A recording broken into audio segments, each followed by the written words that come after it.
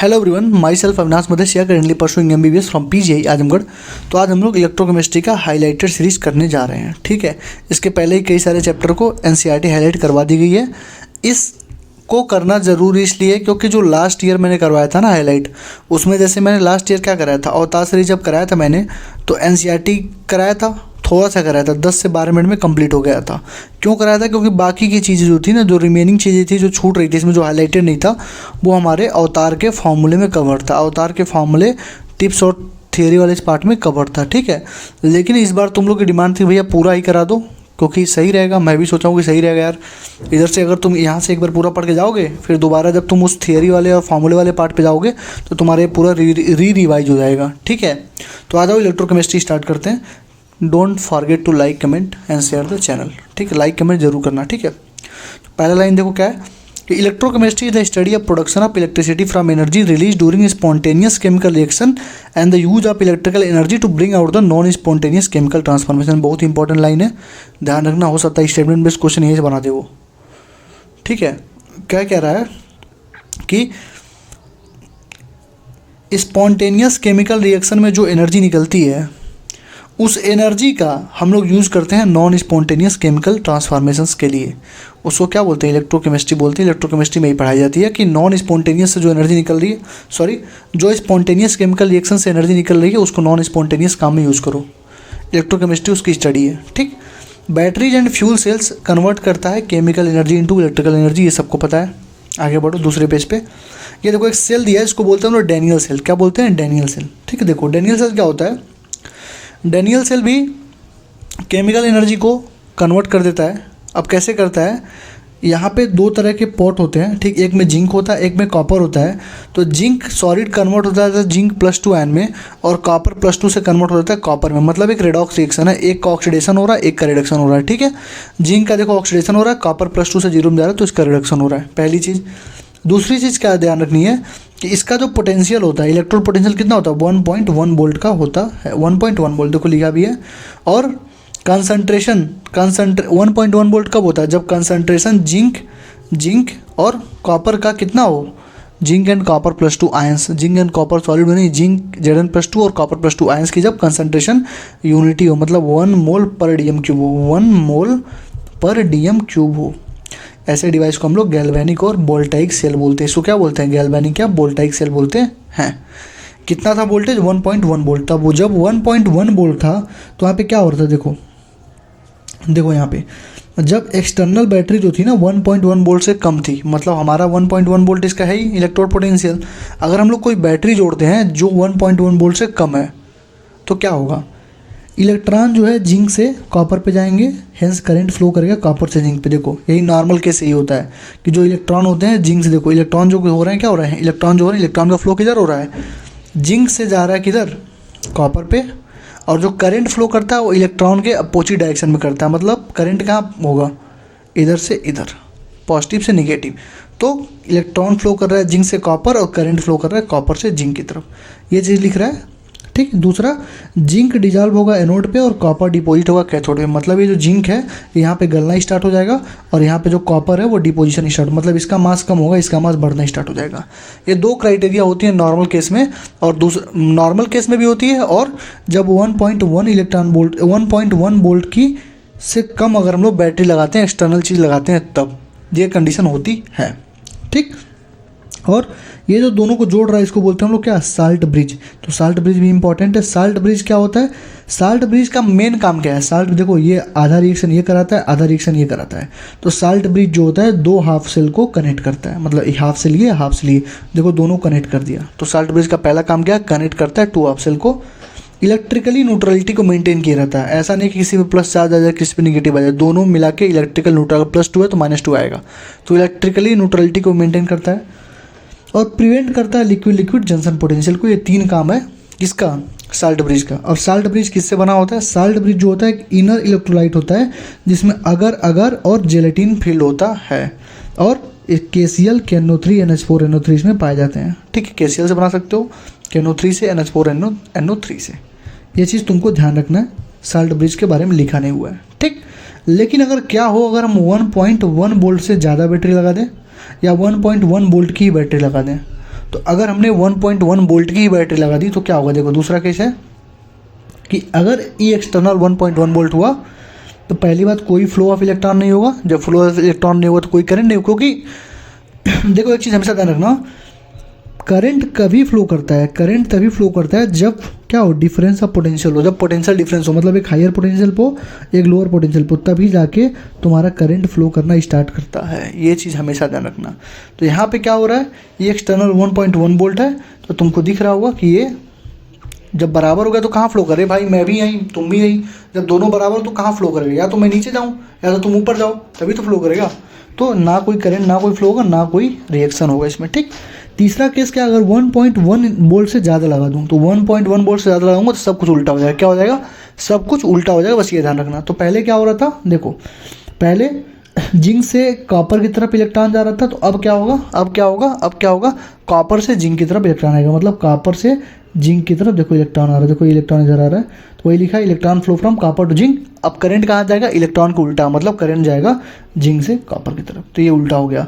और अब देखो वहाँ पे जिंक जो है डिजॉल्व हो रहा था और वो उस पर कॉपर जो है कलेक्ट हो रहा था। अब क्या होगा, जिंक कलेक्ट होगा, कॉपर डिजॉल्व होगा, तो देखो क्या होगा, ये देखो जिंक डिपॉजिट होगा जिंक इलेक्ट्रोड पे, देखो जिंक यहाँ पे इलेक्ट्रोड पे डिपॉजिट होना स्टार्ट हो जाएगा और ये जो कॉपर होगा गलना स्टार्ट हो जाएगा, copper dissolve at the copper electrode, समझे। तो तीनों केस मैंने तुमको बता दिया, ठीक है। वही चीज़ यहाँ पे लिखी हुई है, देखो स्पॉन्टेनियस रेडॉक्स रिएक्शन होता है ये, अगर एक्सटर्नल अपोजिट पोटेंशियल अप्लाइड कर दिया गया गैल्वेनिक सेल में and increase slowly, we find the reaction continues to take place till the opposing voltage reaches the 1.1 volt. देखे मतलब 1.1 वोल्ट तक तो काम करेगा, 1.1 वोल्ट पे जाकर रुक देगा, 0 हो गया था, सब कुछ फ्लो ही नहीं कर रहा था। और अगर when the reaction stops altogether and no current flows through the cell, यही तो बताया 1.1 पे नहीं करेगा। लेकिन अगर कोई फर्दर इंक्रीज करोगे एक्सटर्नल में तो सब कुछ अपोजिट हो जाएगा, सब रिवर्स डायरेक्शन में जाएगा। It now function as electrolytic cell. कैसे काम करेगा इलेक्ट्रोलाइटिक सेल, तो 1.1 से नीचे तुम्हारा काम कर रहा था गैल्वेनिक या वोल्टाइक सेल, इसमें रिएक्शन हो रहा था स्पॉन्टेनियस रिडॉक्स रिएक्शन। अब 1.1 से जब ज़्यादा तुमने कर दिया, ये 1.1 से नीचे था तब स्पॉन्टेनियस रिडॉक्स रिएक्शन कर रहा था, इसको बोलते थे हम लोग गैल्वेनिक या वोल्टाइक सेल। लेकिन अगर हमने 1.1 से ज़्यादा कर दिया इसको बोलेंगे इलेक्ट्रोलाइटिक सेल और इसको बोलते हैं नॉन स्पॉन्टेनियस रिडॉक्स रिएक्शन। ये नॉन स्पॉन्टेनियस रिडॉक्स रिएक्शन होता है और इसको बोलते हैं इलेक्ट्रोलाइटिक सेल, ठीक है। और ये एक ऐसा डिवाइस है जो इलेक्ट्रिकल एनर्जी को कन्वर्ट करेगा नॉन स्पॉन्टेनियस केमिकल रिएक्शन में काम करने के लिए, भी ऊपर बताया हूँ, ठीक है, ध्यान रखना, ठीक। दूसरे पेज में इतना ही था लेकिन सब इंपॉर्टेंट था। याद कैसे करते हैं, लोन से, LOAN, लेफ्ट में ऑक्सीडेशन होता है और वो एनोड होता है, एनोड हमेशा क्या होता है, निगेटिव होता है, ठीक है। देखो यहाँ पे जिंक जा रहा था Zn+2 में, तो जिंक का ऑक्सीडेशन हो रहा है, इसका मतलब क्या है, एनोड है और ये निगेटिव है। अभी बोला गया था ना, देखो यहाँ पे जो लेफ्ट में रहेगा उसका ऑक्सीडेशन होगा और वही एनोड होगा और वही निगेटिव होगा, तो LOAN। अभी जब सेल रिएक्शन पढ़ाऊंगा तो वहाँ पे बताऊंगा लेफ्ट राइट कैसे लिखते हैं, ठीक है। अभी याद कर लो LOAN, लेफ्ट में ऑक्सीडेशन, ऑक्सीडेशन मतलब एनोड, एनोड मतलब निगेटिव, ठीक। और करंट का फ्लो जो होता है कैथोड से एनोड की तरफ होता है एक्सटर्नल सर्किट में। लेकिन अगर तुमसे कभी पूछ, जैसे मान लो कुछ लिखा ही नहीं है कौन सा सर्किट में, तो तुमको एक्सटर्नल ही मान के चल, लेकिन उसने पूछा इंटरनल सर्किट में बताओ, तो इंटरनल सर्किट में करंट का फ्लो एनोड से कैथोड की तरफ होता है, ये ध्यान रखना। एक्सटर्नल पूछ रहा है कि इंटरनल पूछ रहा है, ठीक है। तो एक्सटर्नल सर्किट में होता है कैथोड से एनोड की तरफ, इंटरनल सर्किट में होता है एनोड से कैथोड की तरफ, ठीक। यहाँ देखो जो रिडक्शन हाफ रिएक्शन होता है occurs on the copper electrode while the oxidation half reaction occurs at the zinc electrode. इसका मतलब क्या हुआ, जिंक से चला गया Zn+2 में तो ऑक्सीडेशन हाफ रिएक्शन हो गया, और कॉपर+2 से चला गया कॉपर में तो रिडक्शन हाफ रिएक्शन हो गया, वही लिख रहा है। इसको हम लोग इसको हाफ सेल बोलते हैं, हाफ सेल या रेडॉक्स कपल बोलते हैं। और जो कॉपर है इलेक्ट्रोड में be called as the reduction half cell and the zinc electrode is called oxidation. Same चीज़ है यार, जिंक पे ऑक्सीडेशन हो तो उसको ऑक्सीडेशन हाफ सेल बोल दो, और कॉपर पे वो हो रहा है तो उसको रिडक्शन हाफ सेल बोल दो, ठीक। आगे बढ़ो। A potential difference develops between the electrode and the electrolyte which is called electrode potential. देखो यहाँ पे इलेक्ट्रोड था तुम्हारा और ये किस में था, पानी वाले लिक्विड में था ना, इसको बोलते हैं इलेक्ट्रोलाइट। तो जो इलेक्ट्रोड और इलेक्ट्रोलाइट में जो डिफरेंस आ रहा था पोटेंशियल का, उसको हम लोग क्या बोलते हैं बताओ, उसको बोलते हैं इलेक्ट्रोड पोटेंशियल। क्या बोलते हैं, इलेक्ट्रोड पोटेंशियल। और जब कंसंट्रेशन सारे स्पेसिस का यूनिटी हो तो उसी इलेक्ट्रोड पोटेंशियल को क्या बोल देते हैं, स्टैंडर्ड इलेक्ट्रोड पोटेंशियल। मतलब सब कुछ फिक्स कर दो, 1 मोलार 1 मोलार 1 1 1 1 सबको कर दोगे तो जो इलेक्ट्रोड पोटेंशियल था अब क्या कहलाएगा, स्टैंडर्ड इलेक्ट्रोड पोटेंशियल। क्या कहलाएगा, स्टैंडर्ड इलेक्ट्रोड पोटेंशियल, ठीक। आगे देखो ऑक्सीडेशन जहाँ प्लेस होता है उसको एनोड बोलते हैं। अभी मैंने बोला LOAN, जहाँ ऑक्सीडेशन उसको बोलेंगे क्या, anode. It has negative potential, negative होता है, of the solution. The other half cell, जो उसका उल्टा होगा, जहाँ पर रिडक्शन होगा वो क्या होगा, कैथोड होगा, वो पॉजिटिव होगा। The reduction takes place in the cathode, it has the positive potential with respect to the solution. With respect to solution, ध्यान रखना सोल्यूशन के रिस्पेक्ट में बात की जाती है। आगे बढ़ो। The direction of current flow is opposite to that electron flow. अभी बताया यार, जिधर इलेक्ट्रॉन फ्लो करे उसके अपोजिट में क्या होता है, करंट फ्लो करता है। आगे आ जाओ। The potential difference between two electrode of a galvanic cell is called cell potential. अब देखो, एक तुमने पढ़ा था क्या, इलेक्ट्रोड पोटेंशियल, एक तुमने पढ़ा क्या, सेल पोटेंशियल। तो इलेक्ट्रोड पोटेंशियल क्या होता है, देखो ये चीज़ हमारी, ये हमारी डायग्राम थी ना, ये देखो ये हमारी डायग्राम थी। तो देखो इन दोनों इलेक्ट्रोड के बीच के जो डिफरेंस है उसको बोलते हैं हम लोग क्या, सेल पोटेंशियल। और ये इलेक्ट्रोड और इलेक्ट्रोलाइट के बीच का जो डिफरेंस होता है उसको क्या बोलते हैं, इलेक्ट्रोड पोटेंशियल। इलेक्ट्रोड पोटेंशियल ये तुमको बताया मैंने अभी जस्ट ऊपर भी समझाया हूँ। दोनों जो इलेक्ट्रोड है उसके बीच का देखो potential difference between the two electrode of galvanic cell is called cell potential. मतलब इन दोनों के डिफरेंस को बोलेंगे सेल पोटेंशियल, और इलेक्ट्रोड और इलेक्ट्रोलाइट के डिफरेंस को बोलेंगे क्या, इलेक्ट्रोड पोटेंशियल। ये चीज़ ध्यान रखना हमेशा, ठीक। और जो सेल पोटेंशियल है, it is the difference between the electrode potential, वही ना, reduction potential of the cathode and anode.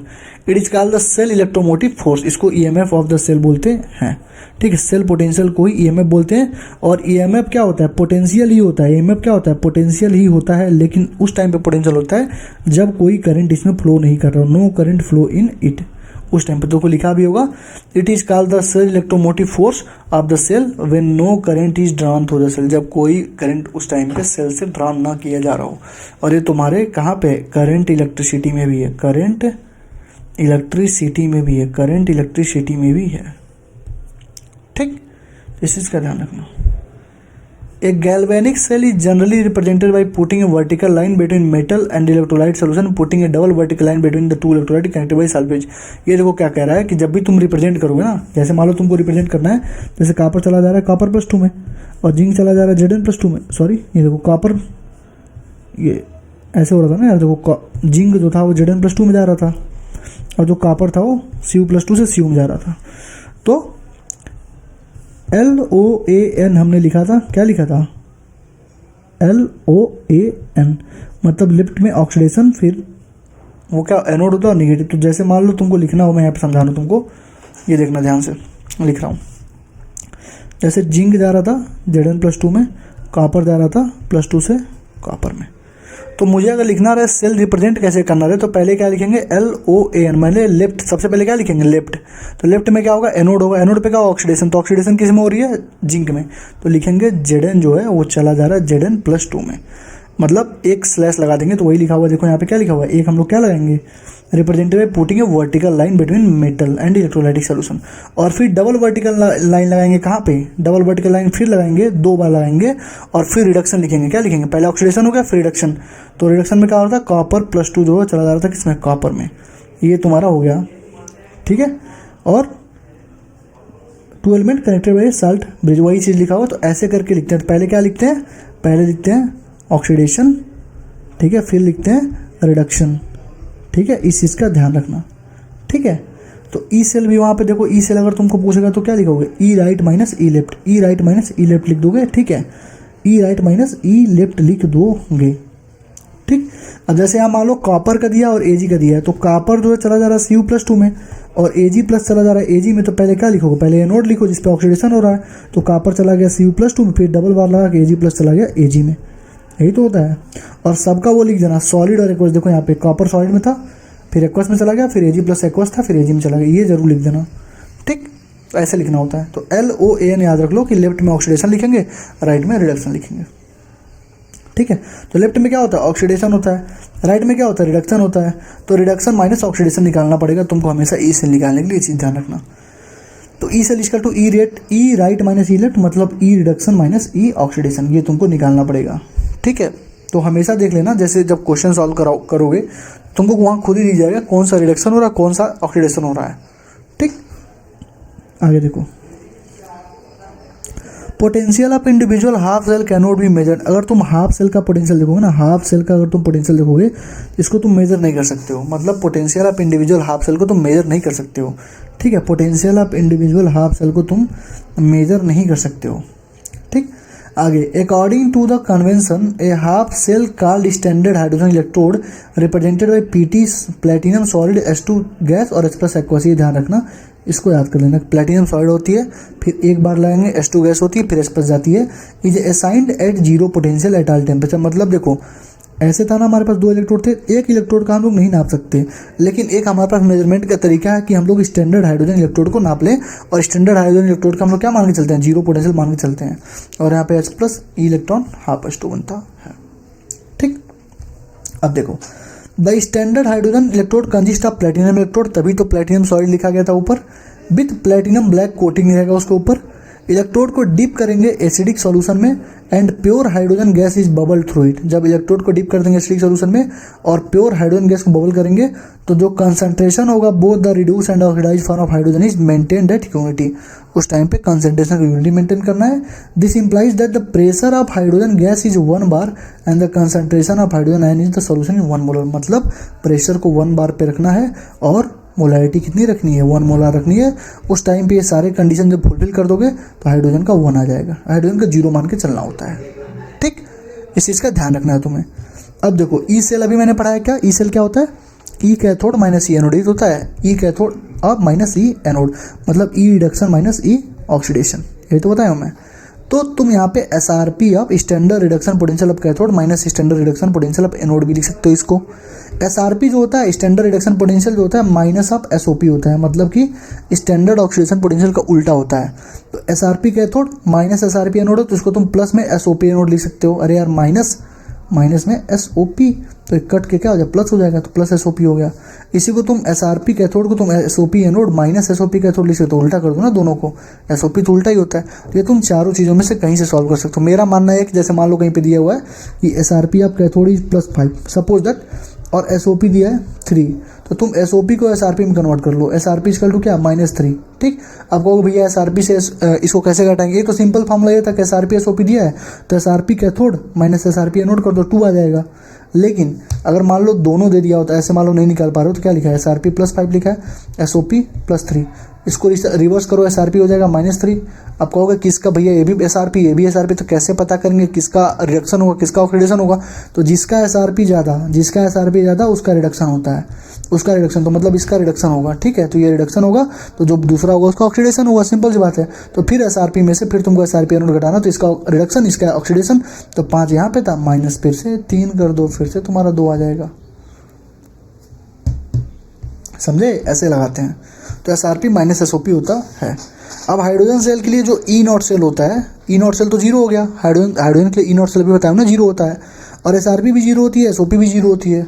लेकिन जब तुम नस्ट इक्वेशन देखो, पहले नस्ट इक्वेशन पढ़ा देता हूँ तुमको, नस्ट इक्वेशन पढ़ाने के बाद फिर इस लाइन पे मैं फिर से आऊँगा, तब तुमको समझ में आएगी। ठीक, आगे देखो, ये measured EMF of the cell तुमको किसी का भी निकालना हो, जैसे तुमसे पूछेगा कि अननोन सेल है बताओ कैसे निकालोगे, कॉपर का सेल है कैसे निकालोगे, तुमको सबसे पहले हाइड्रोजन से कंपेयर करना पड़ेगा, और हाइड्रोजन के लिए प्लेटिनम सॉलिड H2 गैस 1 बार पे H प्लस एक्वस 1 मोलैरिटी होगी, फिर जो तुमको रिडक्शन कराना होगा करा देना। ठीक है, इसका हमेशा ऑक्सीडेशन ही होगा, क्योंकि H2 0 पे था, अब प्लस में चला गया तो 1 में, मतलब इसका हमेशा ऑक्सीडेशन हो रहा है, तो बगल वाले का क्या होगा, रिडक्शन होगा। ठीक है, लेफ्ट में क्या लिखते हैं, ऑक्सीडेशन ही तो लिखते हैं, अभी बताएं ऊपर। ठीक, आगे बढ़ो। समटाइम्स मेटल लाइक प्लेटिनम और gold are use as inert electrode, कभी कभी हम लोग ये प्लेटिनम या गोल्ड यूज करते हैं इनर्ट इलेक्ट्रोड की तरह। They do not participate in the reaction but provide their surface for oxidation reaction and for the conduction of electron. ये जो भाई साहब लोग होते हैं, ये जो होते हैं इनर्ट इलेक्ट्रोड होते ही हैं, और ये कभी पार्टिसिपेट नहीं करते हैं रिएक्शन में, बट प्रोवाइड करते हैं सरफेस पे, ताकि ऑक्सीडेशन रिएक्शन हो सके for the conduction of electrode. ठीक, आगे बढ़ने से पहले हमारे कुछ कोर्सेज थे जिनको तुमको बताना था कि कंप्लीट फिजिकल केमिस्ट्री 20 आवर में तुम कर सकते हो। ठीक है, प्लेलिस्ट बनी हुई है, 20 आवर की नहीं है, लगभग 26-27 घंटे की है, लेकिन इसके बाहर कोई क्वेश्चन नहीं आएगा। 20 का 20 जो भी क्वेश्चन है, 19 का 19 क्वेश्चन जो आया था इस बार देख लो, 19 डायरेक्ट क्वेश्चन फ्रॉम नीट होता से ये आया था। ठीक है, आगे बढ़ने से पहले एक क्लिप ऐड कर देता हूँ, पहले देख लो उसके बाद आगे बढ़ना। ठीक है, जब मैंने अपनी 80 इंपॉर्टेंट टॉपिक सीरीज स्टार्ट करी थी यूट्यूब पे, तो बच्चों के सबसे पहले डाउट यही थे, बच्चों ने सबसे पहले मुझसे यही बोला था कि भैया धोखा मत देना, पैसे ले लो लेकिन जेन्युइनली बताना कि क्या इस चीज़ से सच में 120 नंबर मिनिमम आ सकते हैं, क्या इन 80 इंपॉर्टेंट टॉपिक को लास्ट में पढ़ के हम लोग 120 नंबर मिनिमम ला सकते हैं। तो मैंने उस टाइम भी तुमसे क्या बोला था, एक ही चीज़ बोली थी कि जैसे अंधा अपनी लाठी पर अंधा विश्वास करता है, वैसे तुम एक बार मुझ पर विश्वास कर लो, अगर दोबारा वो चीज़ ना हुई तो मुझे कहना। और हुआ भी वही जो होता था और होगा भी वही जो होता आया है। नीट 2023 में 79 इंपॉर्टेंट टॉपिक से 152 नंबर के क्वेश्चन आए थे और नीट 2024 में उस 79 इंपॉर्टेंट टॉपिक से 188 नंबर के क्वेश्चन आए, मतलब 47 out of 50 question were asked from 80 important topics in NEET 2024। और इस बार मैं फिर से गारंटीड बोल रहा हूँ कि मिनिमम 120 नंबर के क्वेश्चन आएंगे ही आएंगे और मैक्सिमम 180 नंबर तक हम लोग जाएंगे ही जाएंगे। उन्हीं 80 इंपॉर्टेंट टॉपिक को पढ़िए, क्योंकि 80 इंपॉर्टेंट टॉपिक वो टॉपिक नहीं है, तुम्हारे 90% फिजिक्स के सिलेबस को कवर करते हैं। और कोई भी यूट्यूब पर तुमसे अगर आगे ये बोल रहा है कि 15 टॉपिक पढ़ लो 150 नंबर, 20 टॉपिक पढ़ लो 150 नंबर, तो कभी उनकी बातों का भरोसा मत करना। गारंटेड बोल रहा हूँ, कभी 15, 20, 25 टॉपिक से 150 नंबर, 30 टॉपिक से कभी 150 नंबर आएंगे ही नहीं। जब पूरी यूट्यूब इस धुंध में दौड़ रही थी कि 15 टॉपिक से ये, बस व्यूज़ के लिए, बस बच्चों का मूर्ख बनाने के लिए कि 15 टॉपिक से 150, 20 टॉपिक से ये, उस टाइम मैंने 80 इंपॉर्टेंट टॉपिक सीरीज लॉन्च करी थी, क्योंकि मुझे पता था 80 इंपॉर्टेंट टॉपिक अगर मैंने पढ़ा दिया उसके बाहर कुछ आने वाला ही नहीं है। और वही होता है। प्रूफ वाली वीडियो तुमको देखनी है, तुम वीडियोज वाले सेक्शन में जाना, जैसे तुम नीचे जाओगे, जैसे नीचे जाओगे तुम, तो तुम्हें एक प्रूफ वाली वीडियो मिलेगी। 7000 बच्चों ने देखा है और अराउंड 600 बच्चे आज उस बैच में इनरोल्ड हैं और पढ़ाई कर रहे हैं। 188 मार्क के NEET physics, 80 important topic proof, देख रहे हो, ये वीडियो तुम लोग देख लेना। प्लेलिस्ट में जाओगे, सबसे नीचे जाना, 80 important topic of NEET physics की प्लेलिस्ट बनेगी, उसको ओपन करोगे, तुम देखो मैंने कैसे पढ़ा रखा है। सबसे पहले टॉपिक नंबर 1 पढ़ा है स्क्रू गाज, फिर दूसरा वर्नियर कैलिपर। उससे क्या होता है कि पहले स्क्रू गाज और वर्नियर कैलिपर की थ्योरी पढ़ाई मैंने, और उस थ्योरी को पढ़ाने के बाद सारे ट्रिक्स बताए, ट्रिक्स को बताने के बाद सारे एनसीईआरटी क्वेश्चन, एलन के अराउंड सारे क्वेश्चन, पीवाईक्यू के क्वेश्चन, जेई के क्वेश्चन, एआईट्रिपल के जितने अच्छे अच्छे क्वेश्चन है इस टॉपिक के, 30 से 40 क्वेश्चन मैं करवा रखा हूँ हर एक टॉपिक के। तो सोचो 80 टॉपिक है तो 80 गुणे 40 कर लो, 3200 के अराउंड क्वेश्चन मैंने इसमें करा रखे हैं। 80 × 40, अगर 40 क्वेश्चन पर टॉपिक ले रहे हो तो ठीक है। कुछ टॉपिक्स में क्वेश्चन कम है, लेकिन ये अवतार जो थी, ये जो 80 इंपॉर्टेंट टॉपिक सीरीज थी, ये पिछले साल की थी, अभी भी वही चल रही है। इसमें और क्वेश्चन आने वाले हैं, अराउंड 3000 से ज़्यादा क्वेश्चन इसमें मैं कराऊंगा, ठीक है। तो ये हमारा बैच था। दूसरा हमने क्या बैच लॉन्च करी थी, फिजिकल केमिस्ट्री की। मैंने क्या बोला था, अवतार सीरीज के बाहर फिजिकल केमिस्ट्री में अगर एक क्वेश्चन तुमने दिखा दिया, उसी दिन यूट्यूब छोड़ दूंगा। हुआ भी वही जो होता था, होगा भी वही जो होता आया है। फिजिकल केमिस्ट्री में 19 के 19 question, complete physical chemistry in 20 hour पे सीरीज पे जाना, इसको ओपन करोगे तो तुम्हें दिखेगा 19 के 19 क्वेश्चन हमारे फिजिकल केमिस्ट्री से आए थे, जो पढ़ाया वही आया।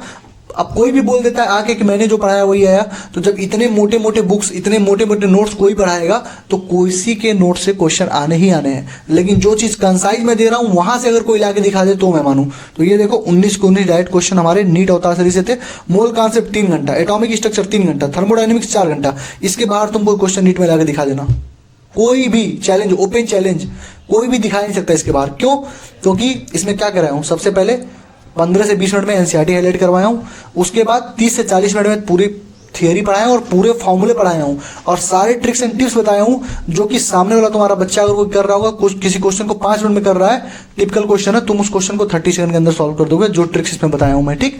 उसके बाद एनसीईआरटी के इंटेक्स्ट कराया हूँ, सारे एग्जाम्पल कराया हूँ, एक्सरसाइज के सारे क्वेश्चन करवाया हूँ, एग्जाम्पलर के सारे क्वेश्चन करवाया हूँ। उसके बाद लास्ट में नीट के पीवाईक्यू 36 साल के कराया हूँ, इन्हीं 3 घंटों में, इन्हीं 4 घंटों में। तो तुम सोच लो किस तरह का कंटेंट है ये। अगर तुमने पढ़ लिया 19 के 19 क्वेश्चन यहीं से ही आएंगे, गारंटेड बोल रहा हूँ, ठीक। आगे चलो, फिजिक्स में सारे फॉर्मूलेज वगैरह तुम्हें नहीं याद होते हैं, तो सारे फॉर्मूलेज तुम्हें याद करने ही हैं और बहुत अच्छे अच्छे फॉर्मूले और सारे ट्रिक्स मैंने बता रखे हैं अवतार सीरीज में, देख लेना। इतने सारे अवतार 2.0 इनऑर्गेनिक केमिस्ट्री, अवतार 2.0 ऑर्गेनिक केमिस्ट्री भी चल रही है। इसमें 3 पार्ट में वीडियो जाती है। पहला पार्ट हमारा होता है नीट इनऑर्गेनिक ऑर्गेनिक केमिस्ट्री का, लाइन बाय लाइन चलता है, ठीक है। दूसरा पार्ट जैसे प्रेडिक्टेबल है, 2 घंटे 57 मिनट में पूरी एनसीईआरटी कवर्ड है, line by line with extra सारे जितने भी एक्सेप्शन वगैरह है सब कवर्ड है। दूसरे पार्ट में देखो, दूसरे पार्ट में सारे क्वेश्चन प्रैक्टिस कराई गई है। क्वेश्चन प्रैक्टिस कहाँ से, इसके बाहर भी अवतार की जो 2.0 केमिस्ट्री की है, इनऑर्गेनिक ऑर्गेनिक, उसके बाहर भी ये क्वेश्चन तुम दिखा नहीं सकते हो। मुझे गारंटेड बोल रहा हूँ, डंके की चोट पे बोल रहा हूँ, एक क्वेश्चन तुम उसके बाहर दिखा नहीं सकते हो। और जो 30 से 32 क्वेश्चन इनऑर्गेनिक ऑर्गेनिक में आएंगे, 20 मिनट के अंदर तुम सॉल्व करोगे और पूरा का पूरा नीट का पेपर तुमको इसी पीडीएफ से दिखाऊंगा मैं कि देखो ये क्वेश्चन हमने कराया था, यही क्वेश्चन आया है। क्यों? क्योंकि इसमें क्या कवर कराई जा रही है, पूरी एनसीईआरटी की इन टेक्स्ट, पूरा एग्जाम्पलर का टाइप 1 सिंगल करेक्ट और मल्टीपल करेक्ट, पूरा बैक एक्सरसाइज और नीट के 36 साल के पीवाईक्यू कराया जा रहे हैं इस सीरीज में भी। और ये पार्ट 2 था, पार्ट 3 देखो। अब पार्ट 3 में मैं क्या कराता हूँ, ये देखो पार्ट 3 देखो, पार्ट 1 पार्ट 2 हुआ, पार्ट 3 देखो, पार्ट 3 देखो। जैसे ये देखो पीरियडिक टेबल था ना, पीरियडिक टेबल बोलता हूँ, ये देखो पार्ट 3। पीरियडिक टेबल में पार्ट 3 जो है वो पेड बैचेस में है, ठीक है, उसको देखो। एम्स, जेई और एआई ट्रिपल के सारे क्वेश्चन पार्ट 3 में कराएंगे प्रेडिक्ट टेबल के। तो कुछ भी पार्ट 1 पार्ट 2 पार्ट 3 के बाहर कुछ भी नहीं आने वाला है, ठीक है।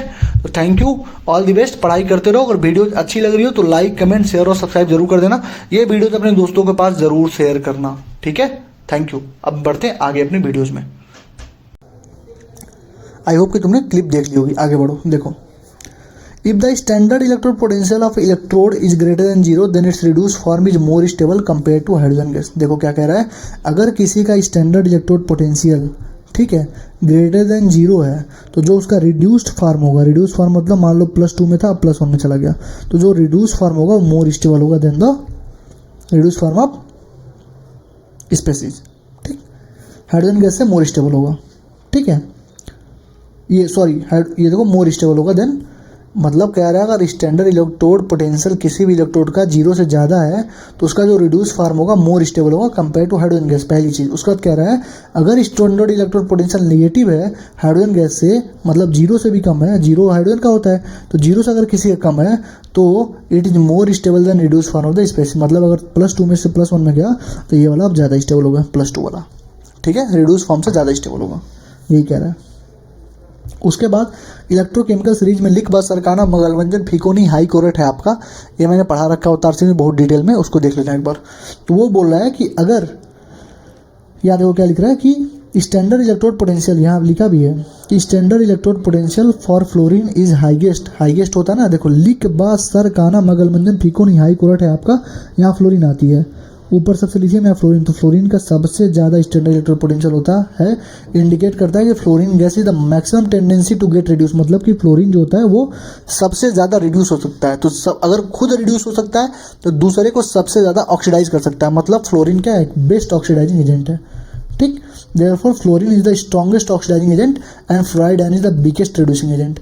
तो ये जैसे ये फ्लोरीन आ गया तो ये स्ट्रॉन्गेस्ट ऑक्सीडाइजिंग होगा, और F- में अगर चला गया तो क्या हो गया, वीकेस्ट रिड्यूसिंग एजेंट हो गया, ठीक। तो क्या याद रखना कि जो फ्लोरीन है वो सबसे स्ट्रॉन्गेस्ट ऑक्सीडाइजिंग एजेंट है। क्यों? क्योंकि ली के बाद सरकाना मगलमंजन फिकोनी हाई कोरेट आपकम जब जाओगे तो फ्लोरीन नीचे होगा, सबसे ज़्यादा इसकी होगी स्टैंडर्ड इलेक्ट्रोड पोटेंशियल, इसलिए सबसे ज़्यादा इसकी टेंडेंसी होगी रिड्यूस होने की। तो जो खुद इतना ज़्यादा रिड्यूस होना चाहता है तो दूसरे को उतना ही ज़्यादा ऑक्सीडाइज करना चाहेगा, तो दूसरे को ऑक्सीडाइज करेगा, मतलब ऑक्सीडाइजिंग एजेंट है, मतलब fluorine is the best oxidizing agent यहाँ पे हो जाएगा, ठीक है। और जो उसका आयन बनेगा फ्लोराइड आयन, वो लिस्ट रिड्यूसिंग एजेंट होगा, लिस्ट रिड्यूसिंग एजेंट। क्यों? क्योंकि बेस्ट ऑक्सीडाइजिंग है तो लिस्ट रिड्यूसिंग होगा यार, तो वही लिखा हुआ है, ठीक, बिगेस्ट। और lithium is the lowest electrode potential, है ना, लिख बाद सर कहना है, ऊपर सबसे रहेगा लिथियम, सबसे लोएस्ट इसका रहेगा स्टैंडर्ड इलेक्ट्रोड पोटेंशियल, तो इसके वजह से इंडिकेट करेगा लिथियम यानी द बिगेस्ट ऑक्सीडाइजिंग एजेंट, मतलब कि सबसे बिगेस्ट ऑक्सीडाइजिंग एजेंट है, तो मतलब सबसे स्ट्रॉन्गेस्ट रिड्यूसिंग एजेंट होगा। Hence lithium metal is the most powerful reducing agent in A aqueous solution, ठीक। आगे देखो, टॉप से बॉटम अगर जाओगे तो टेबल 3.1 पहले खोल लो। टेबल 3.1 कहाँ हो भाई, टेबल 3.1 आओ तो इधर,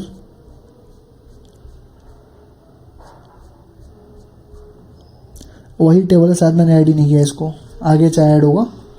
ऊपर से नीचे जाओगे बस देख लो क्या लिख रहा है, बस ये देख लो, ठीक है, वही चीज़ लिख रही है।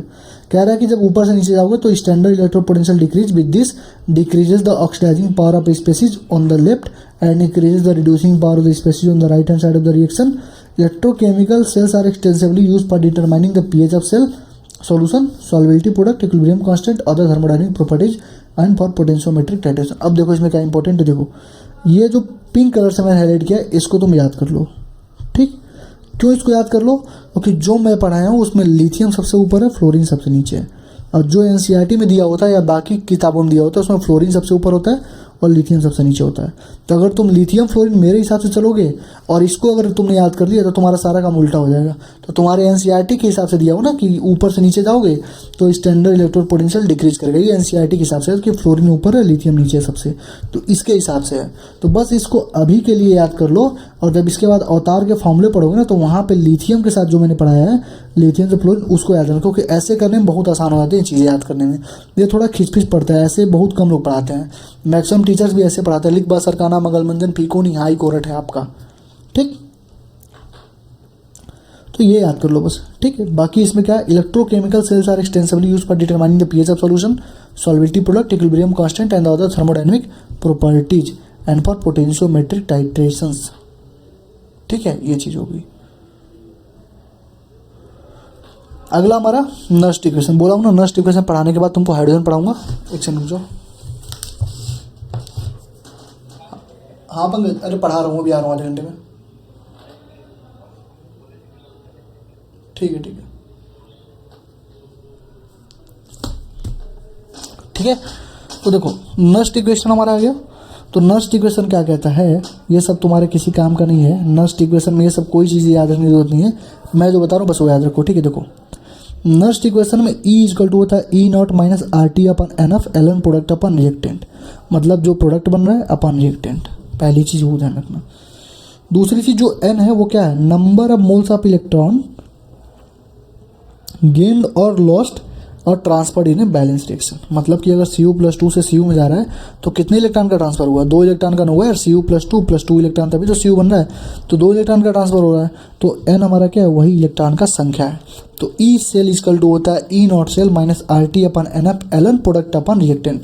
एल एन तुम्हारा एल एन है, उसको log 10 में कन्वर्ट करोगे तो ई नॉट माइनस 2.303 से मल्टीप्लाई हो जाएगा R T upon N F log base 10 product upon rate, क्योंकि हमको यही याद होता है, लॉग बेस 10 की वैल्यू 2, 3, 4 से 10 तक याद होती है।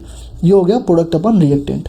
अब देखो जो प्रोडक्ट होती है वो तुम्हारी ऑक्सीडेशन, ऊपर ऑक्सीडेशन लिखते हैं और रिएक्टेंट की जगह क्या लिखते हैं, रिएक्टेंट रिडक्शन लिखते हैं, ठीक है। तो वही मैंने यहाँ पे लिखा है कि टेम्परेचर 298 केल्विन पे ई इक्वल टू हो जाती है। जब इसके सारे वैल्यू को पुट करोगे, जैसे आर है, आर के वैल्यू 8.314 जूल पर केल्विन पर मोल होता है, और एफ हमारा फैराडे कांस्टेंट है, इसको बोलते हैं 96487 कूलाम पर मोल, 96,487 कूलाम पर मोल। तो हम लोग इसको लगभग 96,500 कूलाम मान लेते हैं। जब इसको मिला उला के जब इसको सॉल्व किया गया इस पूरे वैल्यू को, तो ये वैल्यू कितनी आएगी, टेम्परेचर 298 केल्विन होता ही है बेसिकली, तो वैल्यू कितनी आएगी, वैल्यू आई E not minus 0.0591 upon n log base 10। ये लॉग बेस 10 वाली है, ध्यान रखना, लॉग बेस 10 है, लॉग बेस 10 है, ठीक है। Log base 10 product upon reactant, उसी को तुम E not minus 0.0591 upon N log base 10 oxidation by reduction भी कर सकते हो। क्या कर सकते हो, ऑक्सीडेशन बाई रिडक्शन भी, ऑक्सीडेशन बाई रिडक्शन भी कर सकते हो, ठीक है। आई होप कि तुम्हें यहाँ तक चीज़ें क्लियर हो गई होंगी, ठीक है। अब देखो अगर तुम इक्विलिब्रियम पे चले गए, इक्विलिब्रियम पे जाओगे तो ई सेल 0 हो जाएगा और डेल्टा जी भी 0 हो जाएगा। तो ई सेल 0 हो गया तो यहाँ से ई सेल को हटा देना इक्विलिब्रियम के केस में, तो ये हो जाएगा ई नॉट सेल इधर आ जाएगा, तब तो ये पूरा पॉजिटिव हो जाएगा। देखो ये खत्म, E cell 0, E not cell 0 नहीं है, ई सेल 0 है। इक्विलिब्रियम पे ई सेल 0 होता है और हाइड्रोजन के केस में ई नॉट सेल ही 0 होता है। इस चीज़ का ध्यान रखना, हमेशा ध्यान रखना। तो ये तुम्हारा खत्म, ये तुम्हारा खत्म हो जाएगा ई वाला, तो ये इधर चला जाएगा तो प्लस में हो जाएगा। तो E cell E not cell equal हो जाएगा 0.0591 अपन एन लॉग बेस 10 के इक्विलिब्रियम, क्योंकि इक्विलिब्रियम पे है तो के इक्विलिब्रियम रखेंगे, ठीक है। और इसी को जब पुट करोगे तो डेल्टा जी की जो वैल्यू होती है उसको गिब्स से फ्री एनर्जी बोलते हैं। ये एक्सटेंसिव प्रॉपर्टी होता है। डेल्टा जी क्या होता है, एक्सटेंसिव प्रॉपर्टी होती है, और ये होती है delta G equal to minus में 2.303 आर टी लॉग बेस 10 के इक्विलिब्रियम, क्या होती है, माइनस में 2.303 आर टी लॉग बेस 10 के इक्विलिब्रियम होती है। और कंसंट्रेशन सेल वगैरह जो बात हुई ना, वो सब हम अवतार से पढ़ा है। कंसंट्रेशन सेल भी आता है जो एनसीईआरटी में नहीं दी हुई है, लेकिन तभी पढ़ लेते हैं थोड़ा सा, क्योंकि इंपॉर्टेंट होती है। तो अवतार से इसके फॉर्मूले वाले सीरीज में पढ़ाया गया है, ठीक है। ये देखो मैंने क्या बोला, ऊपर सबसे फ्लोरीन लिखा होगा और सबसे नीचे जाके क्या लिखा होगा, लिथियम लिखा होगा, ठीक है। तो उल्टा लिखा हुआ है, ठीक है। इसलिए मैंने बोला था इसको ना याद करके जो अवतार में कराया उसको याद रखना, वहाँ सारे क्वेश्चन भी बन जाएंगे, ठीक। तो ऊपर चलो पहले हाइड्रोजन के बारे में बता देता हूँ, ऊपर भी बताया ना हाइड्रोजन के बारे में। देखो हाइड्रोजन में ई नॉट सेल ही गायब हो गया, तो E cell equal to minus में 0.059/2 हो जाएगा। क्यों, क्योंकि यहाँ पे 2 इलेक्ट्रॉन का ही ट्रांसफर होता है, तो सीधे एन की जगह 2 रख दो। लॉग प्रेशर ऑफ H2 कितना रखोगे, 1 atm अपन H+ का स्क्वायर रखोगे, ठीक है। ये तुम्हारा बेसिक इक्वेशन है। और ई जो होती है ई सेल जो होती है वो हो जाती है, इसको सॉल्व जब करोगे तो हो जाएगा क्या, माइनस में 0.059 इंटू पी एच या 0.059 लॉग एच प्लस, क्योंकि पी एच इजकल टू क्या होता है, माइनस में लॉग एच प्लस होता है। तो यहाँ पर रखोगे माइनस में लॉग एच प्लस, तो माइनस माइनस कट जाएगा तो प्लस हो जाएगा 0.059 लॉग एच प्लस। तो मान लो अगर तुमको दिया कि किसी का पी एच 3 है हाइड्रोजन सेल का, बताओ ई कितना होगा, तो लिखोगे क्या, माइनस में 0.059 इंटू 3, सीधे पी एच से मल्टीप्लाई कर देना। लेकिन डायरेक्ट नहीं पूछता है, वो पूछेगा कि एच प्लस की कंसंट्रेशन दी है 10⁻³ तब बताओ कितना होगा ई, तो ई का वैल्यू क्या हो जाएगा 0.059 लॉग 10⁻³ तो इसको निकाल लो, -3 आगे, फिर इसको सॉल्व कर लेना ऐसे करके। ठीक है, तो ये तुम्हारा हाइड्रोजन के बारे में मैंने बता दिया। ठीक, आई होप कि यहाँ तक तुम्हें कोई दिक्कत नहीं हो रही। यहाँ तक पूरी जितनी एक्स्ट्रा चीज़ें बताई जा सकती थी सब बता दिया है। कंसंट्रेशन सेल तुम्हारे उसमें करा दिया गया है। ठीक, और ये तुमको पढ़ना नहीं है, क्योंकि ये पढ़ोगे तो फिर वो तुमको कंट्राडिक्ट कर जाएगा, क्योंकि उल्टा चलता है वहाँ पे। ठीक है, देखो यहाँ पे क्या लिखा है, negative E not means that redox couple is stronger reducing agent than H+S2 couple, and positive E not means that redox couple is weaker reducing agent than H+S2। वही चीज़ लिखा, देखो ये सारे नेगेटिव होंगे, जीरो के नीचे सारे नेगेटिव है। इसका मतलब क्या हुआ, रेडॉक्स कपल में वो स्ट्रॉन्गर रिड्यूसिंग एजेंट है देन H+, मतलब ये सारे स्ट्रॉन्गर रिड्यूसिंग एजेंट होंगे। ठीक है, लिथियम रिड्यूसिंग एजेंट तो होता ही यार, पता ही है तुमको। और पॉजिटिव मतलब क्या होगा, बीकर रिड्यूसिंग एजेंट, मतलब क्या, बीकर रिड्यूसिंग मतलब क्या, स्ट्रॉन्ग ऑक्सीडाइजिंग एजेंट होंगे। मतलब ये सारे क्या होंगे, ऊपर वाले क्या होंगे, ऑक्सीडाइजिंग एजेंट अच्छे होंगे। यही चीज़ बता रही है, जीरो के ऊपर वाले सारे ऑक्सीडाइजिंग, नीचे वाले सारे रिड्यूसिंग। ठीक है, नेगेटिव मतलब रिड्यूसिंग, इधर पॉजिटिव मतलब ऑक्सीडाइजिंग, सिंपल सी बात है। लेकिन तुम अवतार वाले से ही करना जो बताइए। देखो ये वाली है, लिख बा सरकाना मगल मंजन फीकोनी हाई कोरट है आपका। देखो नीचे गए ना S2 के बाद नीचे कोरट है आपका, ये नीचे गए HG AG ये सारे नीचे आती हैं। तो वही लिखा है, देखो SRP अगर बढ़ेगी तो ऑक्सीडाइजिंग पावर बढ़ेगी, मतलब कैथोड है। अगर SRP बढ़ रही है, देखो यहाँ पे, यहाँ देखो नीचे जा रहे हो, ये सब नेगेटिव में था, नीचे जा रहे हो, नीचे जा रहे हो, नीचे जा रहे हो, नीचे थोड़ा इसको छोटा करता हूँ, ये देखो देखो नीचे जा रहे हो, नीचे जा रहे हो, हाइड्रोजन पे गए, अब देखो बढ़ने लगी, पॉजिटिव होने लगी, मतलब कि SRP बढ़ रही है, मतलब ऑक्सीडाइजिंग पावर बढ़ रही है। ये याद रखनी है, ऑक्सीडाइजिंग पावर बढ़ रही है मतलब ये सारा कैथोड की तरह काम कर सकता है, कैथोड की तरह काम करा सकते हो। ठीक है, SRP जितनी ज़्यादा बढ़ रही है उतनी ज़्यादा ऑक्सीडाइजिंग पावर है। स्टैंडर्ड रिडक्शन पोटेंशियल जितनी ज़्यादा बढ़ रही है उतनी ज़्यादा ऑक्सीडाइजिंग पावर है, और वो इनवर्सली प्रोपोर्शनल टू SOP है, पता ही सबको। और reducing power inversely proportional to SRP है, डायरेक्टली पोजिटिव SOP, ये भी पता है तो, क्योंकि देखो रिड्यूसिंग पावर जितनी कम है उतना ज़्यादा SRP है। देखो यहाँ पे SRP जितना ज़्यादा है रिड्यूसिंग पावर उतनी कम है। देखो इसकी SRP लिथियम की, इसकी फ्लोरीन की, देखो फ्लोरीन की SRP क्या है, सबसे ज़्यादा है। तो फ्लोरीन की SRP अगर सबसे ज़्यादा है तो रिड्यूसिंग पावर क्या है, सबसे कम है। मतलब फ्लोरीन का रिड्यूसिंग पावर सबसे कम होगा, ऑक्सीडाइजिंग पावर सबसे ज़्यादा होगा। ठीक है, तो ये दोनों में से कोई एक याद रख लो कि oxidizing power directly post to SRP, मतलब कि SRP ज़्यादा होगा, ऑक्सीडाइजिंग पावर ज़्यादा होगी, और SOP ज़्यादा होगा तो रिड्यूसिंग पावर ज़्यादा होगी। ठीक, रिएक्टिविटी ऑफ मेटल्स कभी कभी पूछ लेता है क्या क्या होता है, इस चीज़ को बहुत डिटेल में पढ़ाया हूँ। ठीक है, तो कभी कभी पूछ लेता है रिएक्टिविटी ऑफ मेटल्स बता दो। तो जो रिएक्टिविटी ऑफ मेटल्स होती है वो reactivity directly proportional to SOP होती है और इनवर्सली प्रोपोर्शनल टू SRP होती है। ठीक है, तो जो रिएक्टिविटी होती है वो डायरेक्टली प्रोपोर्शनल टू क्या होती है, SOP होती है, और इनवर्सली प्रोपोर्शनल टू SRP होती है। ठीक, ये ध्यान रखना। इसलिए बोला जाता है कि देखो रिएक्टिविटी SRP की मतलब इन्वर्स होती है। तो तुम देखना यहाँ पे SRP जो लिथियम की सबसे कम है, तो SRP की लिथियम सबसे कम है जब, तो रिएक्टिविटी सबसे ज़्यादा होगी, तो इसलिए लिखा गया लिथियम क्या मोस्ट रिएक्टिव मेटल हो गया। ठीक, और आगे बढ़ोगे तो रिएक्टिविटी ऑफ नॉन मेटल, ये रिएक्टिविटी ऑफ मेटल था। नॉन मेटल में देखो SRP के डायरेक्टली प्रोपोर्शनल होती है, तो देखो यहाँ SRP सबसे ज़्यादा, तो इसकी रिएक्टिविटी क्या होगी, नॉन मेटल की रिएक्टिविटी सबसे ज़्यादा इसकी होगी। मतलब अगर फ्लोरीन से पूछा गया तो मोस्ट रिएक्टिव नॉन मेटल होगा, लिथियम मोस्ट रिएक्टिव मेटल होगा। ठीक है, ऊपर वाला नीचे वाले को डिस्प्लेस कर देगा, ध्यान रखना, जो ऊपर है हाइड्रोजन के वो नीचे वाले को डिस्प्लेस कर देगा। ठीक, और डिटेल तुमको इसका पढ़ना है तो तुमको अवतार सीरीज में पढ़ना पड़ेगा। ये देखो इसका ट्रिक भी मैंने लिखवाया अवतार में, इसको देख लेना एक बार। ठीक है, जिसको ट्रिक से भी याद करनी है, जिसको याद नहीं होती है वो, बाकी मैंने याद किया था, लिख बा सरकाना मंजन फीकोनी हाई कोरट है आपका, ऐसे भी याद कर सकते हो। यहाँ पे कुछ इंपॉर्टेंट नहीं है। मान लो कोई क्वेश्चन लिखा है A और ऐसे करके CCD, तो इसको लिखने के लिए क्या लिखोगे, LNQ लिखोगे। यहाँ पे तुम रख दोगे -RTNF LN CC, मतलब वही लिखा था ना, प्रोडक्ट अपन रिएक्टेंट।